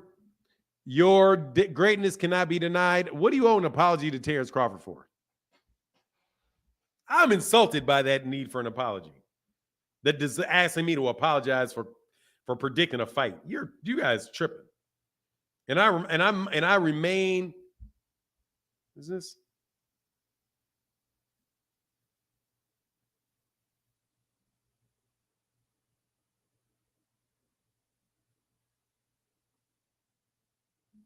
I think that's my son. What is this? Sorry, hold on 1 second. Whatever. Yeah, I find that insulting, man. I ain't apologizing to nobody for that. For having an opinion for what? Apologize for what? I don't know him. I don't owe him an apology. He owes me an apology. Owes me an apology. For sure. Me. If anybody owes an apology, it's him to me. A Fanon was just smoking around. Oh, nowhere. What are you talking about? I don't know what you mean. Haney fans, bad for the sport, act like reality TV hosts. No, actually, man, look, dude, first of all, by the way, most Devin Haney fans are on the right side of 90% of the issues, in my opinion. So I don't have a problem with them as people. I just think that you're using that blind support, which is a good thing, in a way that is not necessarily being applied in that fashion correctly. See, fans that are going to support you no matter what are essential to the success of the sport. They're essential. Let me be very serious when I say this. Fans that are going to support you no matter what are essential to the sport. They are what you call the bedrock of any fan base. The people that are going to represent you win, loss, right or wrong. Win, loss, right or wrong. Okay? They are the bedrock. That's why I don't have any problem really long term with Devin Haney fans, because Devin Haney fans do not hate on people that are fighting Devin Haney because people fighting Devin Haney are black. Okay? They're supporting Devin Haney because they're supporting Devin Haney. Devin Haney is a lot like Terrence Crawford. Those other people aren't repping him at all. In this particular case, I would have to say that Errol Spence Jr., aside from the ducking and not ducking aspect of it, I'm talking about the fan base of it, right? Not the signs of the fan base, not any of that, but hear me out. When I look at the fan base of Errol Spence Jr. fan base, they're going to support Errol Spence Jr. He has people that are going to ride with Errol Spence Jr. They're going to ride. They're going to ride with him. They ride through him through car accidents. They ride with him. Right? They're going to ride with him after a loss to Terrence Crawford. They're going to ride with him. If there is some reason why he did not perform correctly or he was not unable to perform up to his best, they don't care what you got to say and how you trying to shame them. They're going to say it. They're going to say it. Like, take me, for example. Dude, I like Errol Spence. I like him. You're not going to shame me into telling you, hey, yeah, man, a 15-month layoff could have something to do. One fight in 3 years could have something to do with your timing being off and you not being at the upper level. Where this guy was more active than usual and actually had a fight 7 months ago or 8 months ago. That could have something to do with his performance. That's because you know why that is? Because it's the truth. So I don't have a problem with it. I, as a fan of Errol Spence, do not expect him to go his career undefeated. And I think if he loses one fight, grab him up, ball him up, and throw him out. And then I'm not going to do that because I am a fan of Errol Spence Jr. I've never said I wasn't. I'm a fan of Terrence Crawford in the ring. The behavior of Terrence Crawford fans make it very hard, and Terrence Crawford himself, specifically towards me, makes it hard for me to vocalize it often because no matter what I say about him, he's either going to be I'm riding his nuts or I'm a hater because that's the only two options with Terrence Crawford and his crew. That's it. You either riding his nuts, three options. You're either on his team, you're riding his nuts, or you're a hater. That looks like the three options with them. That's it. You either stay over there. If you're not over here, stay over there. On the other hand, Errol Spence team has told me directly, we don't care if you think he's going to lose the fight, as long as you're not lying on him. As long as you're not tearing down his name and saying that he is a what is this? Nah, you're a liar. I sound the exact same, and you can kiss my ass. Don't watch again. You're lying. You watched me 3 months ago. Yeah, sure you did. I sound the exact same. I've not changed a thing. The only thing that I can say is when I said that the most likely event was Errol winning by decision, that's not how the fight turned out. Terrence Crawford won by knockout. That's and that's not a change. That is a stone cold fact. And unlike you all,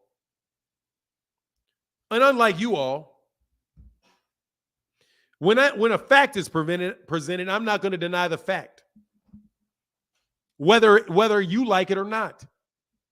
So back to the Devin Haney fan thing. Devin Haney has those type of fans in there, and I like them for that. I do. I like them for that. I still, dude, I don't go near those. I don't really go near or not. I don't say I don't go near because that's not true. I don't really ever talk about the LDBC. I don't really ever really, I don't go to live streams. I don't comment on videos or anything like that. I don't do that.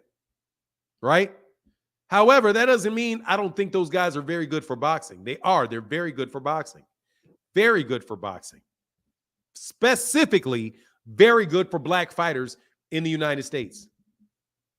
Very, very, very good. A great voice and a great advocate for people that have been advocated against.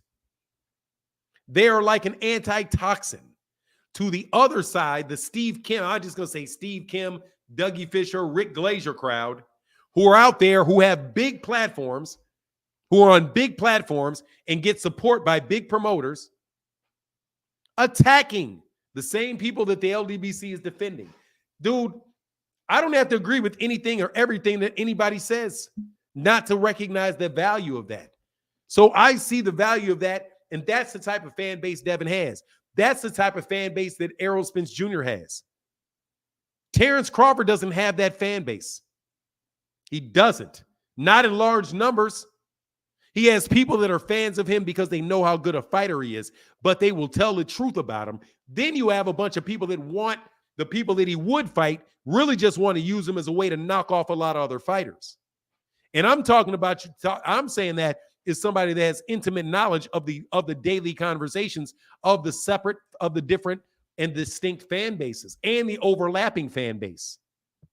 I've speak to guys like shout out to Chillville and Rick Timms.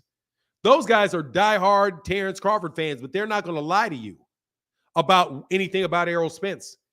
They're not out there to hate on Errol Spence. They support Terrence Crawford, and he has those fans. But a lot of y'all that think, and that's why his pay-per-view numbers are relatively around the same numbers that I think Devin Haney is going to get. But it's not like Errol Spence. It's not like Gervonta Davis. Gervonta Davis has a bigger fan base, he has a bigger fan base, and he also has probably a bigger fan base of people that will remain loyal to him should he lose. But you need that.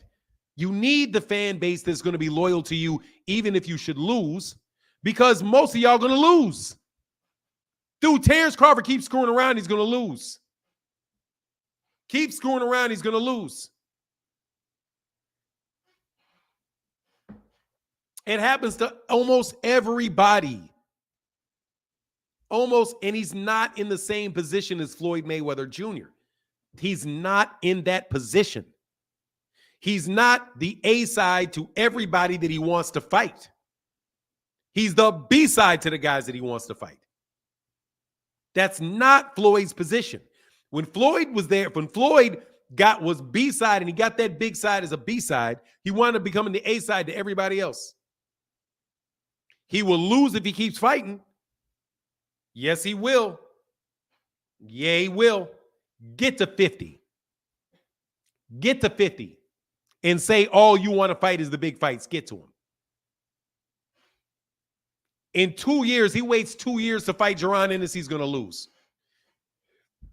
Terrence Crawford didn't have a Jaron Ennis the same side. I mean, Floyd Mayweather Jr. did not have a Jaron Ennis around him. He didn't have a Jaron Ennis around him. And Terrence Crawford is not Floyd Mayweather Jr. He is not better than he's not better than Floyd Mayweather Jr. In my opinion, he's not as good as Floyd Mayweather Jr. His skill set is not as well-rounded. He is not, I don't think he's that level of fighter. A great level of fighter.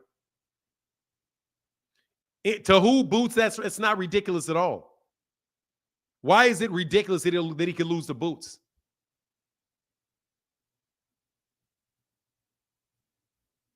Why is that ridiculous that he'll lose to Boots? You're tripping. You got one of them cats that would have said it was ridiculous that Oscar De La Hoya would lose to Floyd. It's not ridiculous at all. Not ridiculous at all.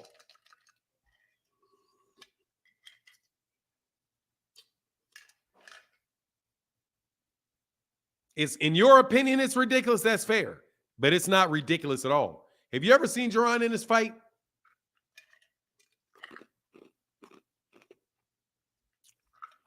You shouldn't be so quick to talk.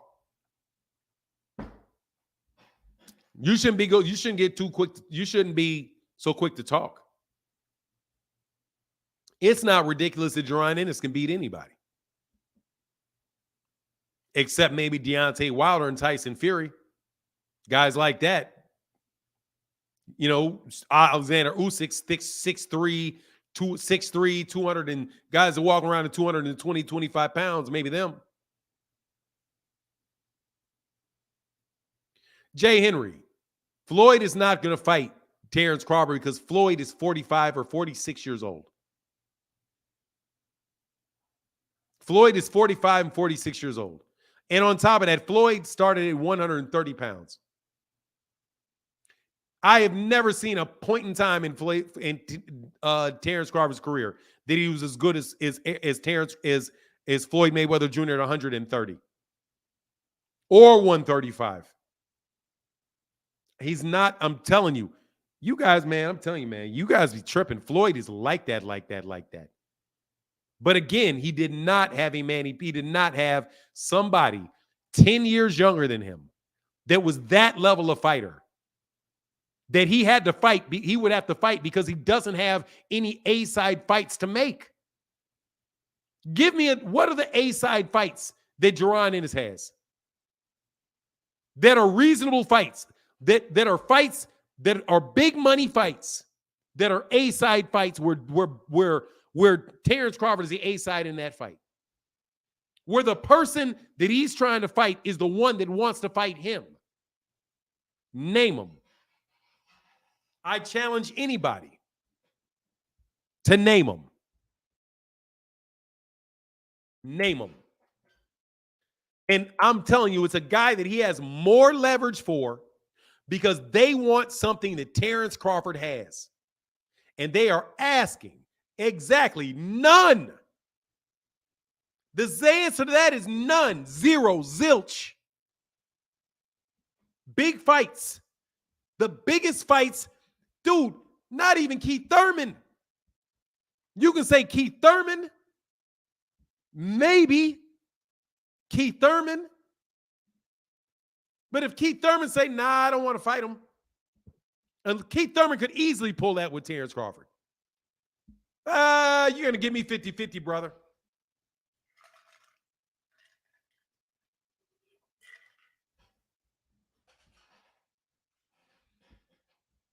Man, look. You're a lot. What do you mean he couldn't knock out his Jay? You're lying. What's wrong with you? You're trolling me? Jay Henry, are you trolling me so I can throw you out the chat? Boots definitely knocked out his last opponent.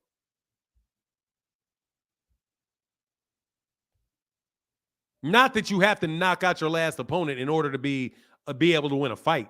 I don't know where that standard came from. However, Jaron Ennis most definitely stopped his last opponent.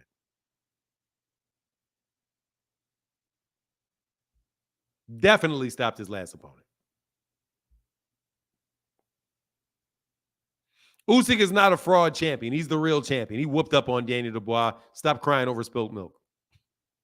He's definitely the champion, bro.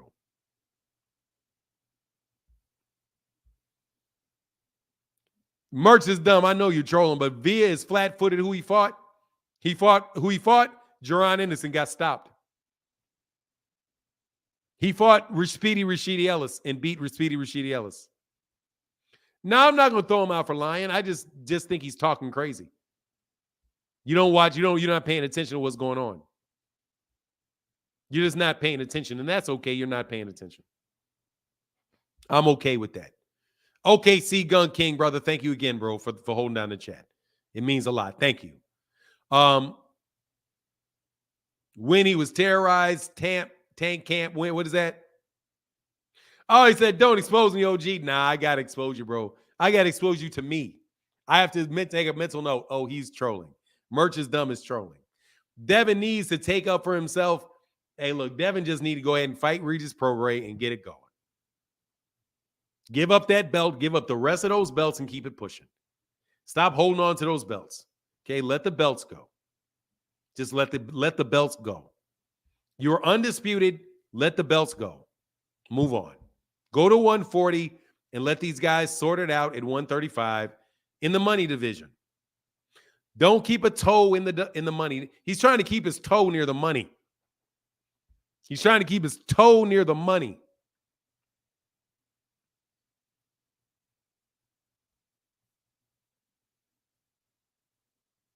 You really believe in your heart that Loma at any point would beat Tank? I mean, early on in his career, probably, yeah. I think when Tank was at 130, that would have been a really tough fight for Tank. When Tank was at 130 originally, like I don't know how many years, 4 or 5 years ago, yeah. Man, Lomachenko could fight, man. Dude, Lomachenko 3 years ago would have beat Devin. Lomachenko 3 years ago, 4 years ago, 5 years ago would have beaten Teofimo Lopez too. Man, Lomachenko can fight, man. Lomachenko can fight.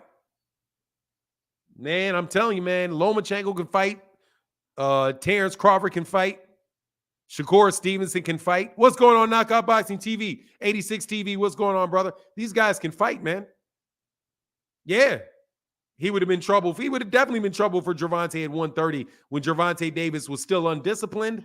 And after Gervonta Davis, when Gervonta Davis was still, 23, 24 years old, 22, 23, and this guy is, 30, 32? Yeah, it would have been difficult. Yeah. Jay Henry, let me tell you something, dog. You just talking silly. You're speaking silly. Terrence Crawford cherry picks. You're just talking silly, man. You're just out here talking silly. It's hard for me to respect your comments. Floyd Mayweather Jr. is not going to fight. Floyd Mayweather Jr. Floyd Mayweather Jr. is 45 years old. He's 45 years old. He's retired. It's not going to happen. So even you talking about it makes it hard for me to respect your comments. As far as Floyd Mayweather Jr. being a cherry picker, if he's a cherry picker, what is Terrence Crawford? Because I guarantee you, Floyd Mayweather Jr. had way more difficult fights than Terrence Crawford has. Took on way more challenges than Terrence Crawford has. Way more. And sought them out. Come on, man. Floyd, there you can't compare. Terrence Crawford is a great fighter. He ain't no Floyd. Not in what he's accomplished, and not in the number of people that he's fought. You got to stop that. I can go on. I can give you a handful of people that man fought at every weight class. He fought Canelo at 154. He fought Canelo and Oscar De La Hoya at 154. He fought Manny Pacquiao. He might have fought Miguel Cotto at 154 for all I know. Let me go back and check this.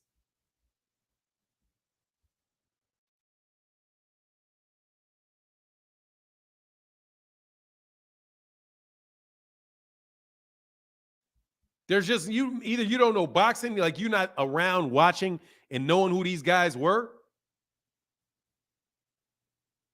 Yeah, Floyd fought Cotto at 54. That's a Hall of Famer. He fought De La Hoya at 154. That's a Hall of Famer. And he fought Canelo Alvarez, and he's a Hall of Famer. That's 3 Hall of Famers at 154. He fought Shane Mosley at 147. Manny Pacquiao at 147 pounds. Those are 2 Hall of Famers at 147. 2 at 147. He fought Juan Manuel Marquez at 147 or 140. That's another Hall of Famer. This man fought Zab Judah. That dude is probably going to the Hall of Fame. Diego Corrales. Jose Luis Castillo, twice. Man, come on. Ricky Hatton's probably going to the Hall of Fame. All of those guys were bigger than him. Come on, man. Oh, you're blocked. Get on my trap. Get on my trap. Get out of my chat.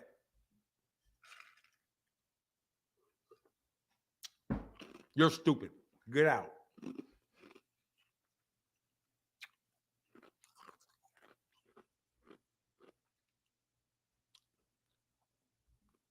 Get out. Can't tolerate silliness anymore. Flat out, unadulterated stupidity, bro. I can't do it. Hey, Leo Santa. Oh, Leo, look, man. Y'all can all cut all of this. But look, I'm going to get up out of here, man. Much love to everybody. Everybody in the chat. Thank y'all so much for your support. It really does make a big difference to the channel. We'll be back tomorrow on Wednesday, Hump Day. Real quick before I go, let's see what fights we got this weekend. Coming up. Yeah. Hold on one second.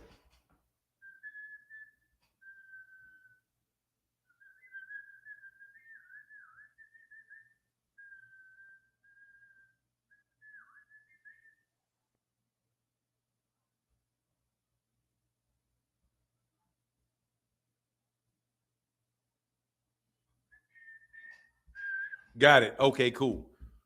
Hold on one second, man. Hey, Knockout. Dog, what time y'all go? What time you go? Knockout TV, what time you going on Sunday? What time do you go out on Sunday? Do you go on Sunday? Do you still do the Sunday? Do you do a Sunday show every Sunday still? Because if what I ask wouldn't apply. But you do a show Sunday every Sunday? The after review show on Sunday every Sunday?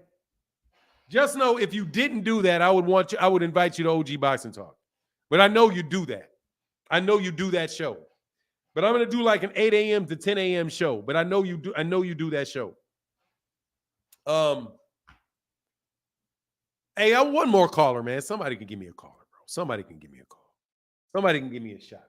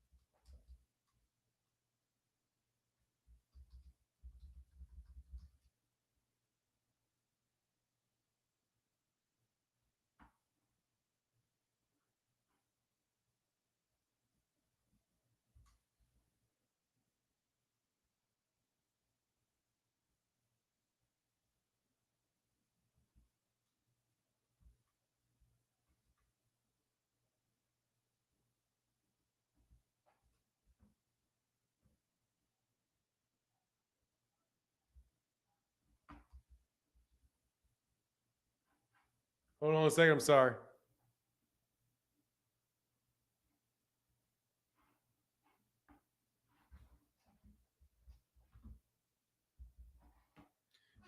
They want to argue about the age of the video when Bill never said it happened at all. said it never happened at all. Hey, man, they want to argue about the age of the video. Who cares how old that video is? What difference does that make? Dude, how old is that? Dog, they didn't care how old it was when they talking about sparring tapes. They didn't care about it. LeVar Akins, hey, my bad, man. Look, I got one more caller, brother, before you watch the replay, bro. If one more caller jumps on, man. King, where you at, dog? You got some more Rick Glazier lie to tell? Hey, did Rick Glazier give you a better explanation? It's a deflection. If they're going to get arguing about when the video was recorded, so they don't have to acknowledge that it was not supposed to exist. Dude, I don't understand what's new about that. I don't understand what is even new about that tape.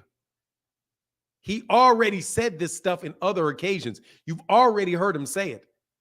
And within the last couple years, what difference does it make? Dude, guess what? They said that Devin beat. How many years ago was the sparring session where Devin was supposed to have gotten the best of Gervonta? How many years ago was that? It had to be at least 4 or 5 years ago. It had to be at least 4 years ago. Because let me see.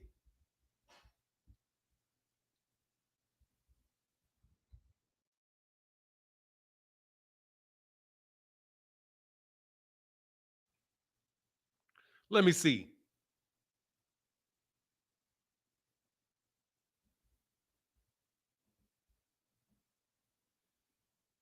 When did he sign with Jose Pedraza? Fight was 6 years ago. It was at least 6 years ago. It was at least 6 years ago that they had a sparring match, and y'all was hanging on something that happened 6 years ago. And if you say how old was the tape, bro, that tape was not that old. That was not 6 years ago. No, seriously, Fernand, do you believe Leo Santa Cruz is? Yes. Tank has one on his resume just like Devin. Will Devin might have two with? Oh, no. How many Hall of Famers does he have? I mean, he has at least one. And yeah, Leo Santa Cruz, he's a Hall of Famer, I believe.